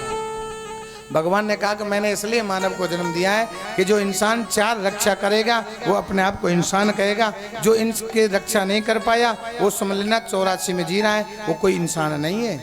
इंसान है तो रक्षा करे धर्म की, और धर्म की सबसे पहले जड़ है ब्राह्मण, क्योंकि धर्म को, वेद को बनाया ब्राह्मण ने, राम का नाम रखा ब्राह्मण ने, और ब्राह्मण पर संकट ज्यादा है। इसलिए आज भैया ब्राह्मण की बुराई करने वाले के साथ ज्यादा है, और बुराई भगवान कहते हैं ब्राह्मण का साथ देने के लिए कोई तैयार नहीं। साथ देने के लिए तो हाँ बुराई कर दो, अबाल सबके सब कहेंगे हाँ सही कह रहे हो, पर बाकी कहें भैया वास्तव में सही तो करना है, भगवान का नाम साथ दे दो, और कोई नहीं देता। इसलिए इस जगत में गैया पे संकट आया। पहले गौ रक्षा होती, गौदान होता, आज ने गौ रक्षा है ना गौदान है। बैतरणी नदी से तुम्हें कौन पार करेगा? आपने सच बताओ, आपने कोई ने ऐसा है तुम्हें जो गैया दान कर रखी है? गौदान करने के लिए पहले इंसान सबसे पहले सोचता था कि मुझे इस जन्म को पार करने के लिए गौदान करनी है। आज भैया गैया दान तो नहीं करें, पर जब तक कहते हैं दूध देगी जब तक तो रखेंगे, और पीछे ऐसे छोड़ देंगे जैसे कि उसका कोई धन ही नहीं। कई बार तो ऐसा है कि आंखों के सामने गौ हत्या हो रही है पर हम उसे रोकते नहीं। इसलिए गौ पर संकट है। इंसान वही है जो गौ रक्षा करे, संतों की रक्षा करे और देवताओं की रक्षा करे। आज देवताओं की दुर्दशा है रे महाराज। देवताओं के नाम रखे गए हैं जिनने चुर्री खावे ना, तमाकू जो गंदगी चीज है उस पर तो देवताओं के नाम रखे गए, जैसे उनके पैरों में पड़े रहे। देवताओं के नाम पर ही जो अनेक नाम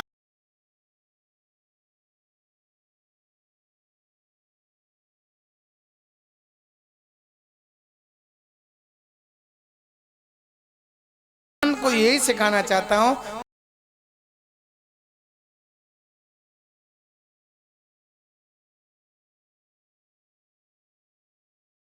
कहते हैं कि जब राम जी ने जन्म लिया ना तो सबसे ज्यादा चाव लगा सूरज को, क्योंकि ठीक 12 बजे सूरज को हो, कहते हैं 3 दशा होते हैं सूरज की रोजी।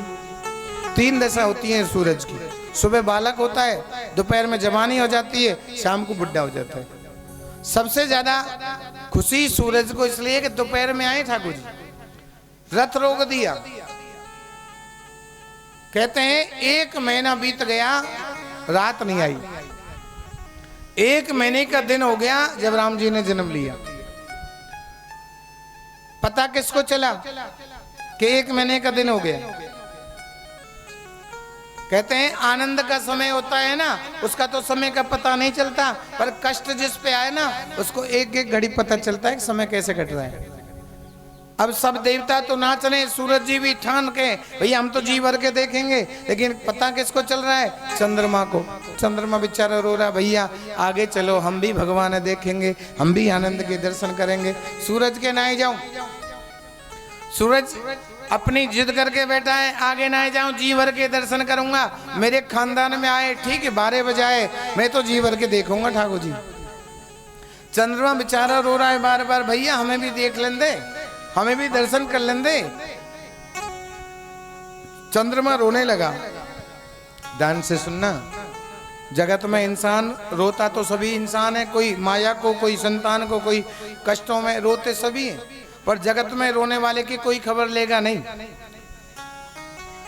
रोना है ना तो प्रभु के दर्शन को रोना। जिस दिन आप प्रभु के दर्शन के लिए रोने लग जाएंगे, प्रभु तुमने जब से मुझे यहाँ भेजा है, जब से ऐसा कौन से मैंने गलती करी जो जाल में से तो निकालता नहीं, मुझे अब तक दर्शन नहीं हुआ। जो प्रभु के लिए रोता है भगवान कहता मैं उसकी खबर लेता हूँ, पर तुम में तो कोई रोवे ही ना भगवान को। रोएंगे तो सही, पर मेरे लाला ना है भयो, मेरे पोता ना है भयो, मेरी लाली को बहना हो, लाला को बहना हो, मेरा धंधा ना है चलो।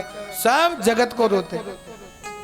जगत को रोने वाले को यम की फांसी मिलती है, और हरि के दर्शन को रोने वाले को हरि खबर लेने आते हैं। आज चंद्रमा रो रहे थे भगवान को, तुरंत ही भगवान ने खबर ली, चंदा भैया काहे को रो रहे? चंद्रमा ने कही भैया सूरज भैया तो कह रहा हूँ आगे चल, हम भी आनंद देखेंगे, और जाने जिंदगी में सुख देखो ही ना हुआ को तो रोना ही पड़ा। सुख तो प्रभु आप हैं, और आपका दर्शन जब तक नहीं होगा, जब तक सूरज आगे जाएगा नहीं, रात आएगी नहीं। प्रभु मैं कैसे हंसूं, तुम्हारे दर्शन के बिन कोई हंसाने वाला नहीं है। इसलिए सूरज भैया तो जिद करके बैठे हैं, वो आगे ही नहीं जा रहे। राम जी बोले तो चिंता मत कर, अब की बार दिन के 12 बजे आओ, अगली बार रात के 12 बजे आऊंगा। अब की बार सूरज के वंश में आओ, अगली बार तेरे ही वंश में आऊंगा। चंदा ने कही कब आए तुम कृष्ण बन के, मैं तो रो रो के ही मर जाऊंगा। कहते भैया अगली बार बढ़िया होगा, अगला कौन ने देखा है, अब है तो सब है, इसलिए मुझे अभी सुख चाहिए। चंद्रमा जिद करने लगे। भगवान कहते हैं जो तत्काल भगवान के दर्शन को चाहता है, तत्काल भगवान की भक्ति चाहता है, भगवान उसे सूना नहीं छोड़ता। भगवान कहते हैं चंदा तेरे इस रोने के लिए मैं प्रसन्न हो गया, मैं तुझे वरदान देता हूँ कि मेरा नाम तो राम है, लेकिन जो भी मेरे नाम का जयकार करेगा तेरा नाम भी मेरे साथ जयकार लगेगा। इसलिए राम जी ने अपने पीछे चंदा को जोड़ा और राम जी का नाम हो गया, बोले रामचंद्र भगवान की। भगवान के लिए जो रोते हैं भगवान उनके अपने साथी जोड़ लेते हैं, पर तुम रोए तो तुम्हें भी जोड़ लेते। चंदा रोए आज तक भी भगवान उनके साथ, अब उनके साथ जयकारा लगता है। चंद्र कहते हैं कि आज मैया कौशल्या के वहां 4 लाला भये। सुनियो, जाके एक लाला हो ना, बाकी घर में भी कितनी खुशी हो गए कि नहीं हो गए, पर 4 लाला हो जाएं और बुढ़ापे में हो जाएं तो खुशी होगी कि ना होगी। तो मैं खुशी है कि ना है कि आज कौशल्या के 4 बेटे रहेंगे, खुशी है। कौन कौन को खुशी है ना, हाथ ऊपर करियो। मुँह तो लगना आ रहा हो तुमको खुशी है, तुम तो नहीं करे हो गए होंगे, हमें क्या मतलब है। खुशी की पहचान कैसे, खुशी की पहचान कैसे पता चलेगा कि तुमको खुशी है। भाई मैं बताऊं खुशी की पहचान कैसे चले, जहां से वास्तव में हमको खुशी होती है उसके घर हम खुद जाके खुशी बढ़ाते हैं। उसके घर क्या करते हैं, उसके घर जाके बधाई दे के आते हैं। जिसके हमें चाव होता है, उससे हमें प्रेम होता है, उसके घर हमें रुके ना पाएंगे, उसके घर ही जाएंगे। भैया जाके खुशी ज्यादा आई है, वाके घर जाके बधाई देंगे। और जब हम किसी को खुशी देते हैं तो हमारी खुशी दुगनी होती है। किसी की खुशी से जलना नहीं चाहिए, लेकिन आज के जमाने भैया खुशी से जलन ज्यादा हो गए, खुशी से खुशी ना हो मैं।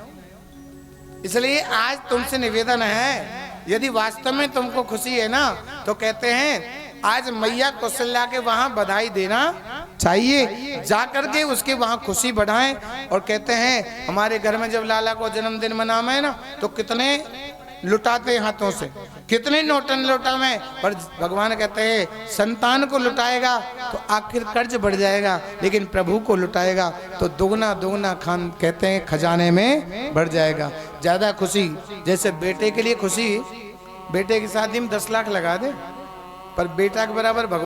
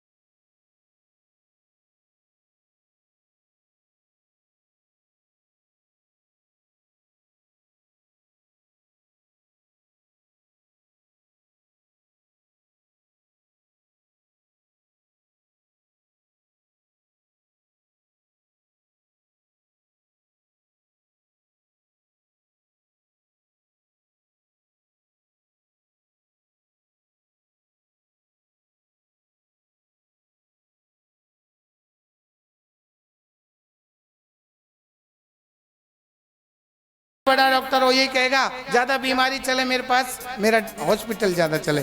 पर ब्राह्मण कभी ये नहीं कहता कि बीमारी हो। ब्राह्मण कहता भैया सबके घर भला हो, तो मुझे घर में जैसे तुम्हारे शांति आएगी तो दान की महिमा बढ़ जाएगी। बोलो राधे। है कोई की हिम्मत राम जी की बधाई में 100 रुपये बोल लेगी? कंपो और बुगल की ओर से 100 रुपये मेरे राम जी की बधाई, ताली बजाओ। आँख मान लिए। बुगल की ओर से 200 रुपये बोले वहां के बिहारी लाल की। देखो डरवे की बात ना है, कोई गलत काम में ना लगवा रहा हूँ, ठाकुर जी की बधाई बुलवा रहा हूँ। रोज रोज ना कहूँगा तुमसे। अब यहाँ से आगे भगवान कहते हैं जैसे हमारे घर में कोई शादी होती है ना तो सगुन होते हैं, सगुन होते हैं। तुम करते कि नहीं करते? तो भगवान के सगुन करने में क्या दिक्कत है? भगवान के सगुन है हमें करने चाहिए, क्योंकि भगवान देख रहा तुमको। जैसे तू संसार के लिए कर रहा है ऐसा मुझे भी तू मान लेगा तो मैं तुझे, तू तो मुझे 100 करेगा, मैं तुझे लाखों का फायदा करूंगा। क्योंकि यहाँ 2 का ब्याज मिलता है पर वहाँ तो 100 का ब्याज मिलता है। बताइए 100 रुपये के ब्याज, 100 का ब्याज मिलेगा तो कितना मिलेगा? लाख रुपए का बजट होगा। ठाकुर जी कहते हैं आइए जिनका भाव है, मैं बधाई आपसे आज, क्योंकि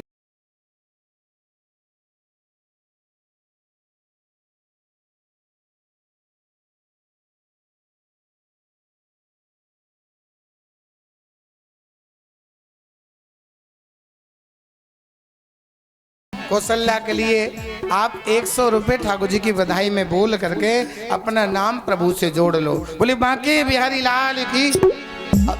इतने कर में तो एक ही है का जो ठाकुर जी तने प्यार करे, तुम ना करे। हाथ उठा अजीराम की ओर से भी। अजीराम भैया वाको नाम अजीराम है तो वाको तो ठाकुर अजर है, क्योंकि 100 रुपये अजीराम की ओर से भी भागवत में दान में। हाँ जो हाथ ही उठा दो मैं तो समझ जाऊं, क्योंकि वो दिख रहे हैं इशारे तो ही बहुत है, इशारा ही काम। हाँ जी हाँ देखो जगवती और पप्पू की ओर से 100 रुपये भगवान की बधाई में आज भगवान की खुशी में दान दिया है, उनके लिए बार बार धन्यवाद। और पीछे वाले को न घूंघट खोल दो, यहाँ तो मोए ब्यास जी मानो यहाँ जेठ वेट मत मानो, यहाँ तो सब गुरु जी। हाँ हमारी हाँ कोई दान 100 रुपये गुप्त दान है। देखो जी ऐसे तो मत देखो कोई तुम पे कोई संकट डाल दिए, संकट ना दे रहा हूँ, तुम तो केवल खुशी की कह रहा हूँ। भगवान की खुशी है तुमको तो बोल दो, कोई बात नहीं है। आज ही तो हाँ चतर की ओर से भी 100 रुपये की भगवान की बधाई, और हमारी हाँ हुक्म की ओर से भी 100 रुपये की बधाई। जी नाम मैं अब ले रहा हूँ, मैं फिर तुम तक कहूँगा ना कि लाओ अपना आप लिए ही अपने। जय सिंह की ओर से भी राम जी की बधाई 100 रुपये।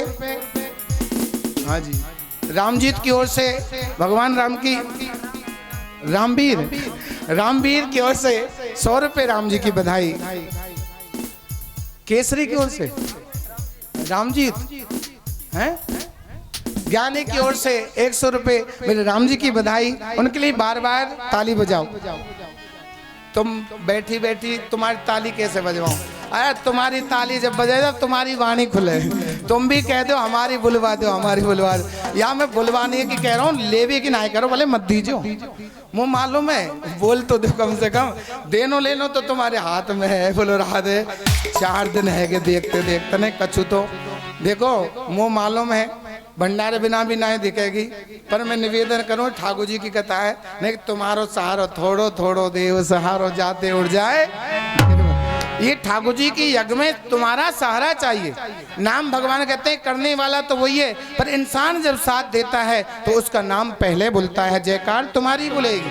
इसलिए जिन हाँ चेतराम की ओर से भी रामजीत की ओर से भी 100 रुपये भागवत में राम जी की बधाई बोली जाती है, उनके लिए बार बार धन्यवाद। हाँ जी हरी की ओर से, हरी मीना की ओर से, वो दूसरे हरी छोटे वाले हैं ना।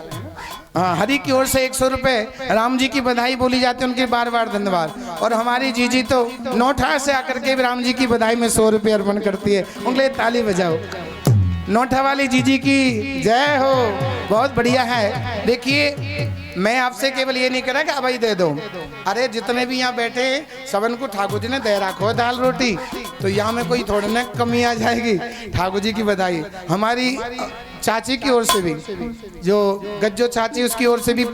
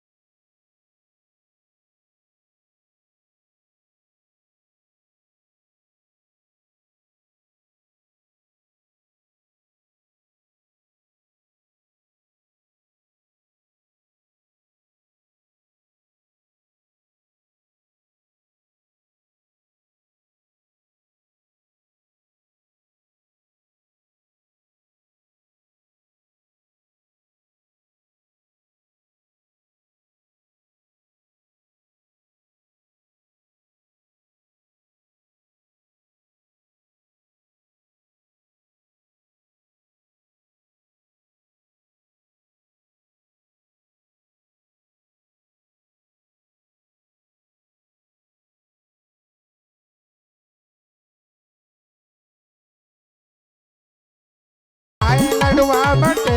चारो लाला जन्म भयो आज अवध में लड़वा बटे चारो भैया।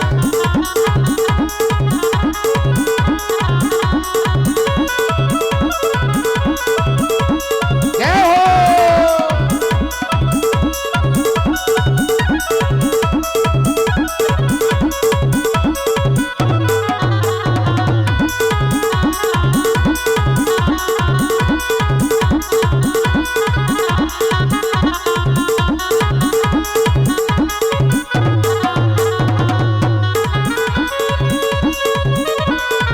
बांदर बार बनाओ सब बहना, बांदर बार बनाओ सब बहना। अरे बांदर बार बनाओ सब बहना, बांदरवार बनाओ सब बहना। सबे सबे गाओ मंगला चांद अवधि में लड़वा बटे। चारो भैया जन्म भयो आज अवध में लड़वा बटे। लड़वा बटे घी के मेवा बटे, लड़वा बटे घी के मेवा बटे रे, लड़वा बटे घी के। लड़वा बटे राजो जारो भद में भयो आज अवध में लड़वा बटे। जय हो।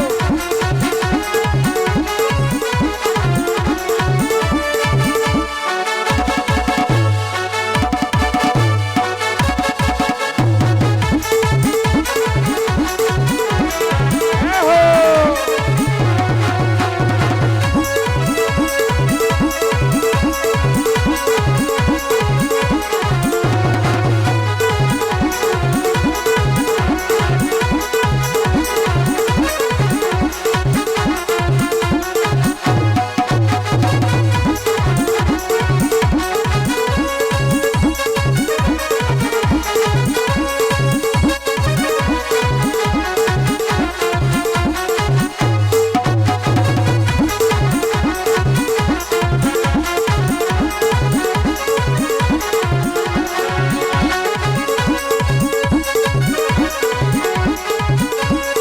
मंगलाचार करो सब बहना, मंगलाचार करो सब बहना।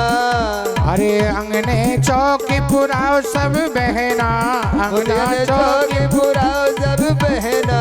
अंगने में चौकी पुराओ सब बहना, अंगने में चौकी पुराओ सब बहना। सब गाओ गीत महाराज अवधि में लड़वा बटे। जन्म भयो आज अवध में लड़वा बटे।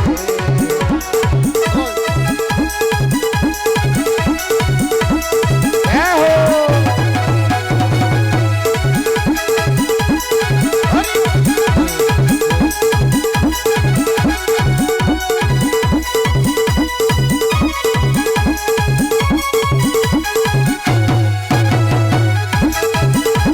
जय हो।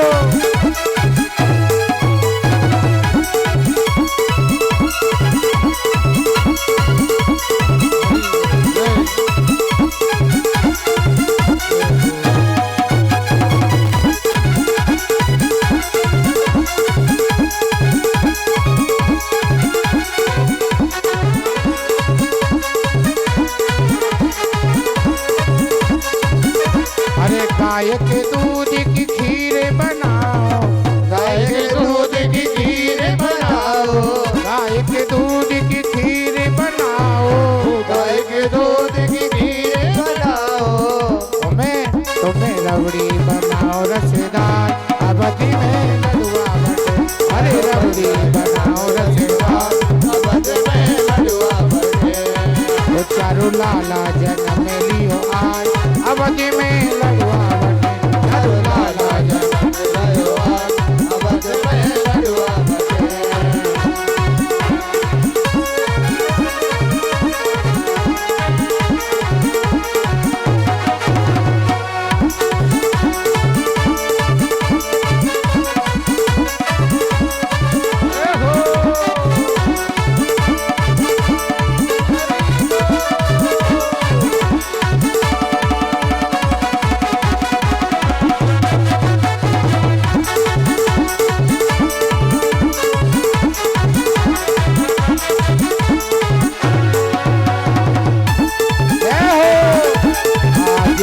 दशरथ के घर आनंद, आज दशरथ के घर आनंद, आज दशरथ के घर आनंद, आज दशरथ के हो चारों सत मंगल की राशि, चारों सत मंगल की राशि, जन्मे आनंद कर आज दशरथ के घर आनंद।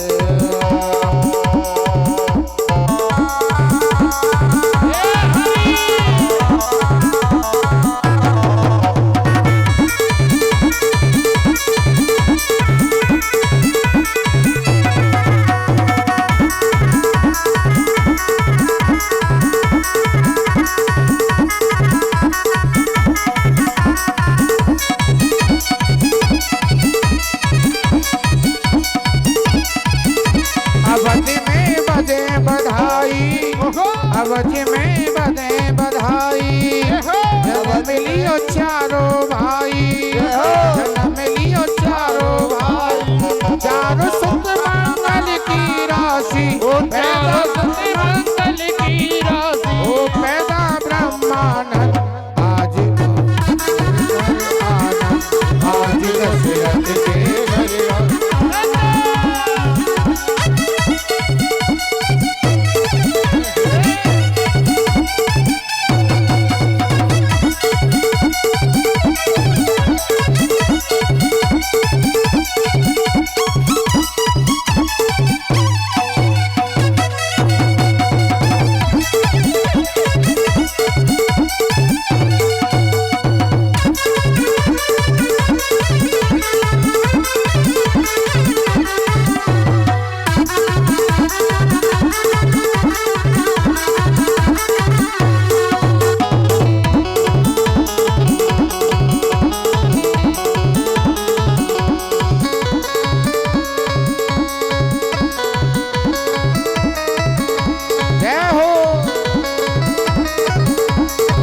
दशरथ के घर आनंद, आज दशरथ के घर आनंद, आज दशरथ के घर आनंद, आज दशरथ के घर आनंद, आज दशरथ के घर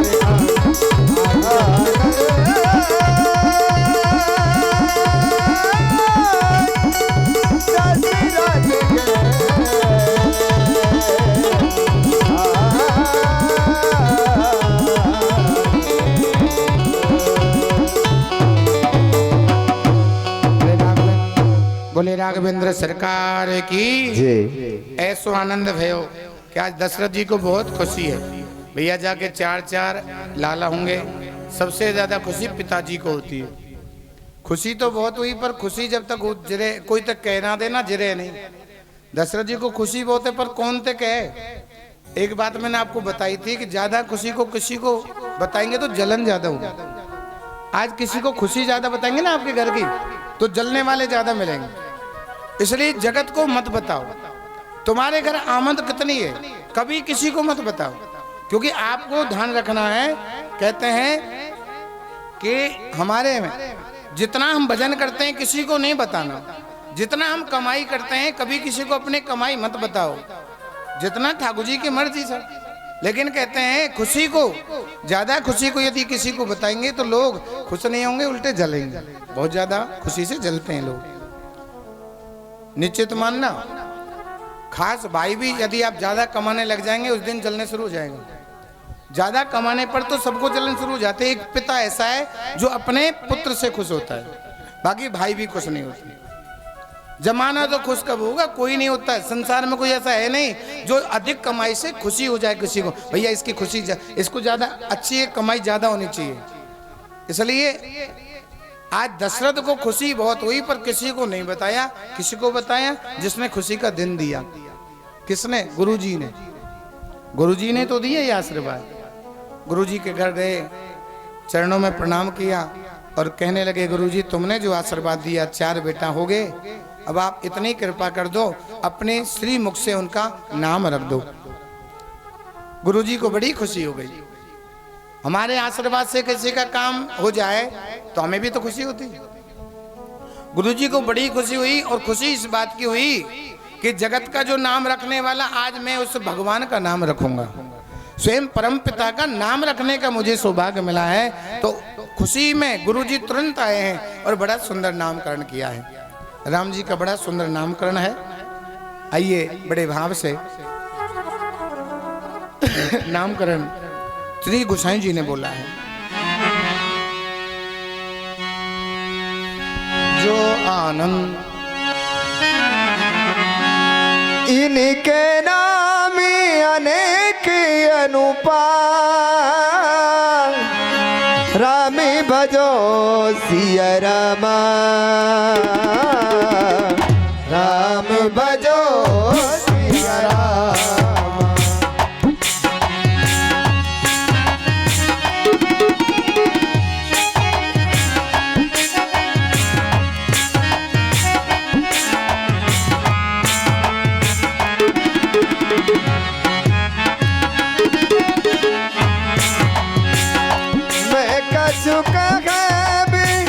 समति अनुरूपा, रामी भजो सिया रामा,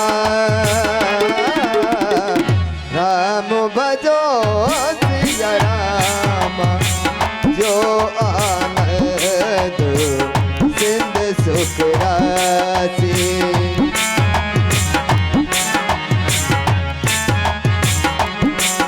आसी कर से है लोक सुपासी, जो सुख धाम राम अस नामा, सकल लो गायक विश्रामा। श्री राम जय राम जय जय राम। विश्व भरण पोषण कर जोई, ठाकर नाम भरत अस होई। भरण पोषण कर कोई, ठाकर नाम भरत अस होई।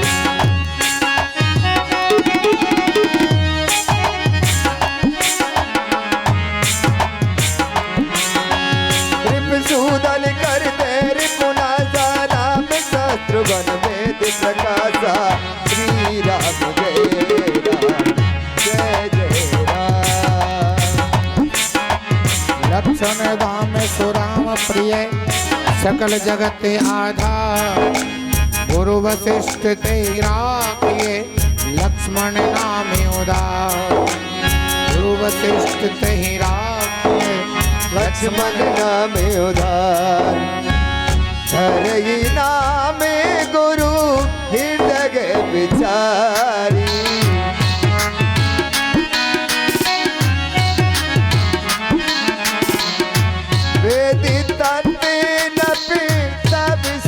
चारी। श्री राम जय राम जय जय राम। श्री राम जय राम जय जय राम। श्री राम जय। बोले सच्चे दरबार। जो आनंद सिंधु सुख राशि, सीकर से त्रिलोक प्रपासी। जो आनंद का सिंधु है, उस सागर, आनंद के सागर में से सीकर माने बूंद, एक बूंद यदि मिल जाए तो 3 लोकों में आनंद हो जाता है। और स्वयं आनंद, स्वयं समुद्र मिल जाए तो आनंद लोकों में, वो आनंद सिंधु सुख राशि, जो आनंद की राशि है, उसे तुरंत कहते हैं हरि को पाने के लिए मात्र 3 सूत्र जीवन में उतार लो। विश्व भरण पोषण करो जोई।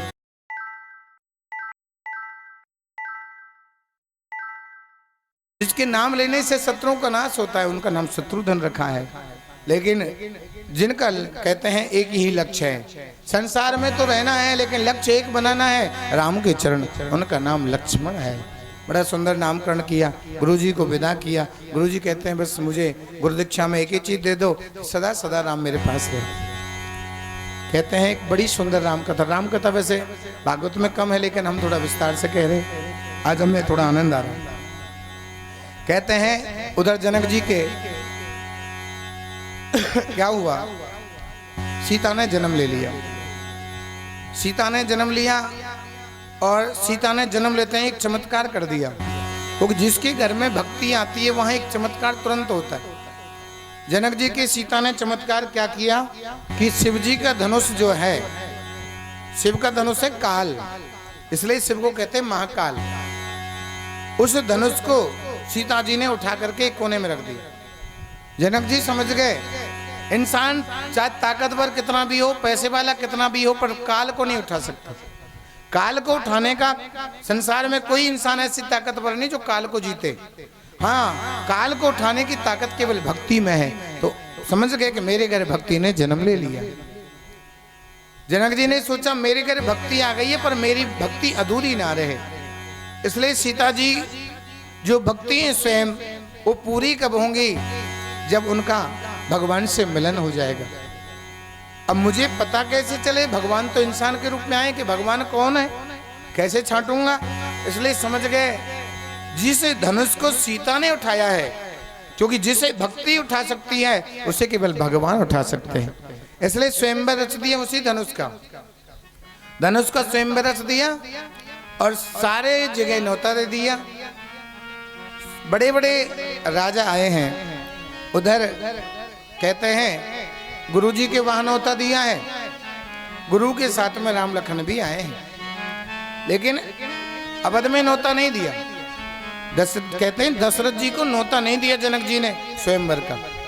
क्यों नहीं दिया भाई? सारी जगह न्योता दिया, पर अयोध्या में न्योता जनक जी ने नहीं दिया स्वयंवर का, क्योंकि आध्यात्मिक रूप में कहते हैं कि जहां राम नहीं होते वहां भक्ति का न्योता नहीं आता। जिसके दिल में राम नहीं उसको भक्ति आप कितना ही कहो मानेगा नहीं उस बात। इसलिए भक्ति वहां भगवान नहीं थे, भगवान कहाँ रहते हैं? जहाँ गुरु है वहां भगवान है। इसलिए गुरु के वहां निमंत्रण आया था। आज भीड़ आई है, बड़े बड़े राजा जो उठाने के लिए भिड़ने लगे, पर उठाने की जगह उन पर हिला तक नहीं। राजा जनक जी सोच में पड़ गए कि इंसान चाहे कितने बड़े ताकतवर हो, लेकिन ये उठाने वाले नहीं है, इसलिए जो धनुष को उठाने वाले राम जी वो खड़े नहीं हो रहे। इसलिए जनक जी ने कहा मुझे लगता है धरती वीरों से खाली हो गई। लखन को ये बात अच्छी नहीं लगी। लखन ने तुरंत कह दिया अभी वीर बाकी है, मेरा भाई राम इतना वीर है कि धनुष की काचल है पृथ्वी को मसोल दे। आज राम जी जैसे ही लखन खड़े हुए, राम जी खड़े हो गए, तुरंत गुरु आज्ञा दी और एक पल में जो पलक झपकती है इस निमिष में धनुष को तोड़ दिया। जैसे ही धनुष तोड़ा जनक जी को चिंता मिट गई। तुरंत ही स्वयंवर में सखियों से कहा जाओ सीता जी को जयमाला लेकर के लेके आओ। आज सीता जी जयमाला लेके आ रही है। ध्यान से सुने, कहते हैं ये जो शर्म है ना, शर्म जिसे कहते हैं शर्म, ये शर्म सबसे ज्यादा कहाँ आती है? शर्म कहाँ करनी चाहिए? शर्म कब आती है इंसान को? देखो साधारण सी बात है, पिता के घर में जब बेटी कमारी होती है, उसका श्रृंगार करते हैं, उससे बड़ी शर्म आती है। पिता के घर आज भी जो बड़ी बूढ़ी है ना, पिता के सामने आज भी श्रृंगार नहीं करती। पिता के घर सीता को सजाया गया तो शर्म की वजह से पलक नीचे है और हाथ में लाली छोटी है, माला मोटी है, लेकर के शर्म की पहचान क्या है कि धीरे धीरे कदम रख रही है। तो सीता जी माला लेकर के आ रही है, झल्लर मल्लर धीरे धीरे। कोई यूं ना कह दे कि लाली को चाव लग रहा है, भग रही है। आज की लाली माला पे धीरे ना चले, दौड़ लगा के जाएंगी। और सुनो, वैसे माला आज डालना ठीक नहीं है। क्यों? जयमाला किसको डालनी चाहिए? जिसने कोई धनुष तोड़ा हो। राम जी को तो माला इसलिए डाली गई जिसने धनुष तोड़ा। आज कौन धनुष तोड़ के जा रहा है जो माला डलवाए? माला का मर्यादा में ये चला है कि जो इस संसार में धनुष तोड़ देगा उसी को माला का अधिकार है। इसलिए आज माला पर हंसी हो रही है, माला को फुदक फुदक के डालते। लेकिन सीता जी गई, राम जी सिंहासन पे खड़े थे, सीता जी छोटी है, शर्म की वजह से पलक ऊंची नहीं हो रही, क्योंकि शर्म की दूसरी पहचान है नीचे पलक। सीता जी ऊपर देखती नहीं है, बार बार माला उसारती है, पर राम जी ऊंचे माला डले कैसे? आज की कोई लाली होती ना तो पलक नीचे ना करती, पहले तो दीदान मिला के देखती मोला का है कि ना, और यदि काड़ा कलूटो होता ना तो माला ये उल्टी ली आती। लेकिन सीता जी ने पलक नीची कर रखी है, बेचारी ऊंची ना कर रही। हाँ, और देखो सीता जी के काम को बनाने के लिए आज हनुमान जी भी आ गए हैं। भाई हनुमान जी तो काम बनाने वाले ही हैं। बोले हनुमान जी महाराज की। आइए, राम की सेना में जो राम के प्रिय दूत हैं हनुमान हैं। आइए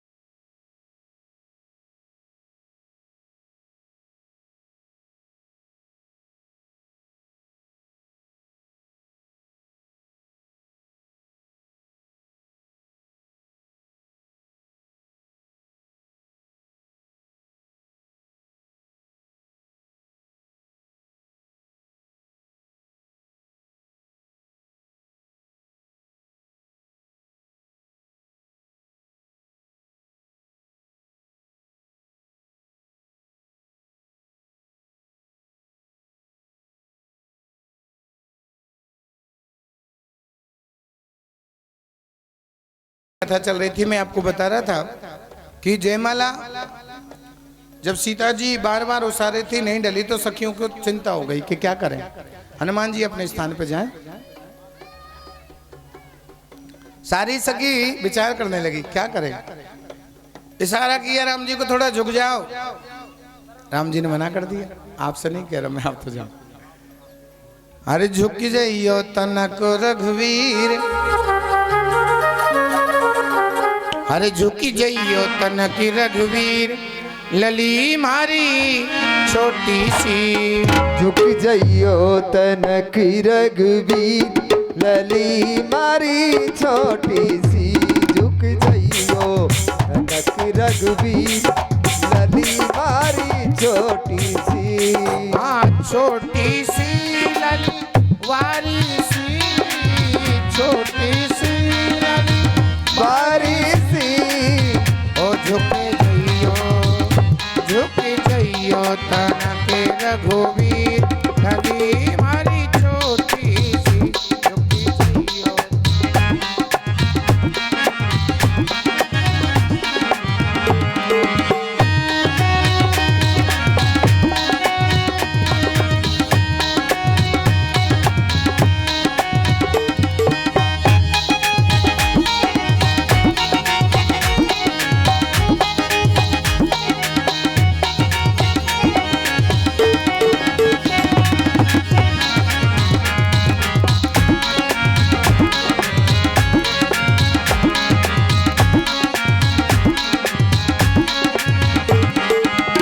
कब की खड़ी लली पैर दुखने लगे।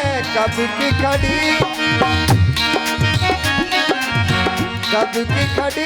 लली पैर दुखने लगे।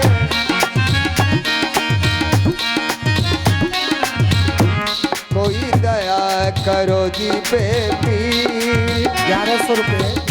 1100 रुपए बल्ली गुजर, राजेंद्र गुजर की ओर से सापा बांध करके भागवत में दान राशि भगवान के लिए भेंट करिए। उनके लिए ताली बजाएं, बोले बांके बिहारी लाल की जय। 1100 रुपए भगवान के लिए ये बल्ली गुजर एवं राजेंद्र गुजर की ओर से 1100 रुपए भेंट हुए हैं। भगवान उनको बहुत तरक्की पे ले जाए, भगवान उनका हमेशा परिवार में सुख शांति रखे, भगवान उनको खूब बढ़ाए। बोले बांके बिहारी लाल की जय। देखी दया करो जी बेटी, लली मारी छोटी सी। झुक जाइयो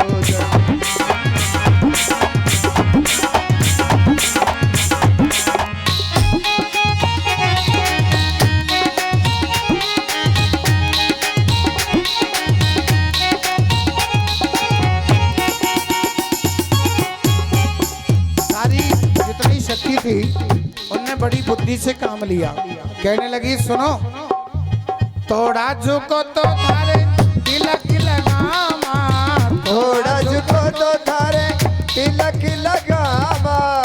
ये तो दशरथ जी के भी या तुम्हारी छोटी सी लली। ये तो दशरथ रघुवीर, लली मारी छोटी सी।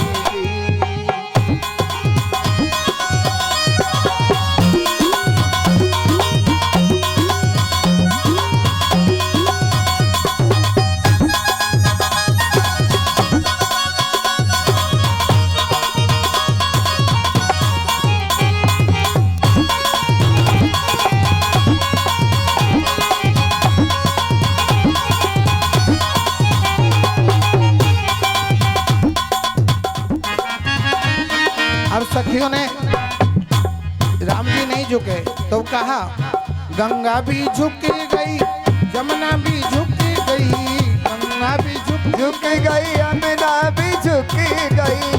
सभी झुक गए गगन शमी, लली मारी छोटी सी।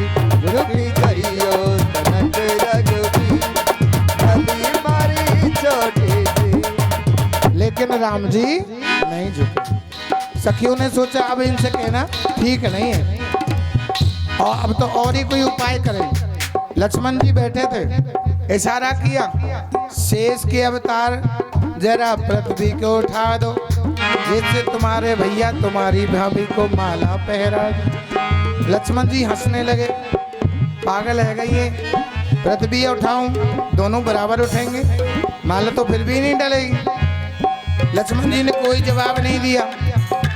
सखियों ने सोचा कि भैया बिना रिश्वत के आजकल कोई काम नहीं होता है। लक्ष्मण जी को दोबारे से रिश्वत दी। अरे तुम या काम है करवा दो, तुम्हारा ब्याह उर्मिला के संग करवा देंगी। लक्ष्मण जी हंस गए। इस शादी की मुझे इतनी चिंता नहीं है, पर मुझे भी दर्शन करने हैं सीताराम के, इसलिए मैं क्या करूं जिससे राम जी झुक जाएं। लक्ष्मण जी समझ गए, मैं यदि भैया के चरणों में जाके लेट जाऊंगा तो भैया भूल जाएंगे सब कुछ, मोए उठाएंगे, और भैया जब मोए उठाएंगे तो झुकना पड़ेगा, और जब झुकेंगे तो माला है जाएगी। लक्ष्मण जी खड़े हुए राम जी के चरणों में जाकर के लेट गए, चरण कल्ले पकड़ लिए और ऐसे पकड़ लिए कि राम जी के छोड़ दे नहीं छोड़े। तो राम जी को आकर में लक्ष्मण जी को उठाने के लिए झुकना पड़ा, और जैसे ही राम जी झुके तुरंत जयमाला। जय हो राजा रामचंद्र, जय हो माता जानकी, जय हो राजा रामचंद्र, जय हो माता जानकी, सीताराम की जयमाला डल गई। जनक जी ने सोचा ऐसा समय दोबारा नहीं आएगा, ऐसा समय दोबारा नहीं आएगा। मेरी चारों बेटियों का विवाह एक जैसे वर मिल रहे हैं, इसलिए ऐसी शुभ घड़ी में कर दूं। तुरंत जनक जी ने पत्र भेजा अवध में, और दशरथ जी से कहा बारात लेके आए, दोनों अपने जो राजकुमार है उनको लेके आए। आज बहुत सुंदर बारात आई है, 4 मंडप बनाए हैं और साकोचार किया है, और बड़ी विधान से कहते हैं विवाह हुआ है। राम विवाह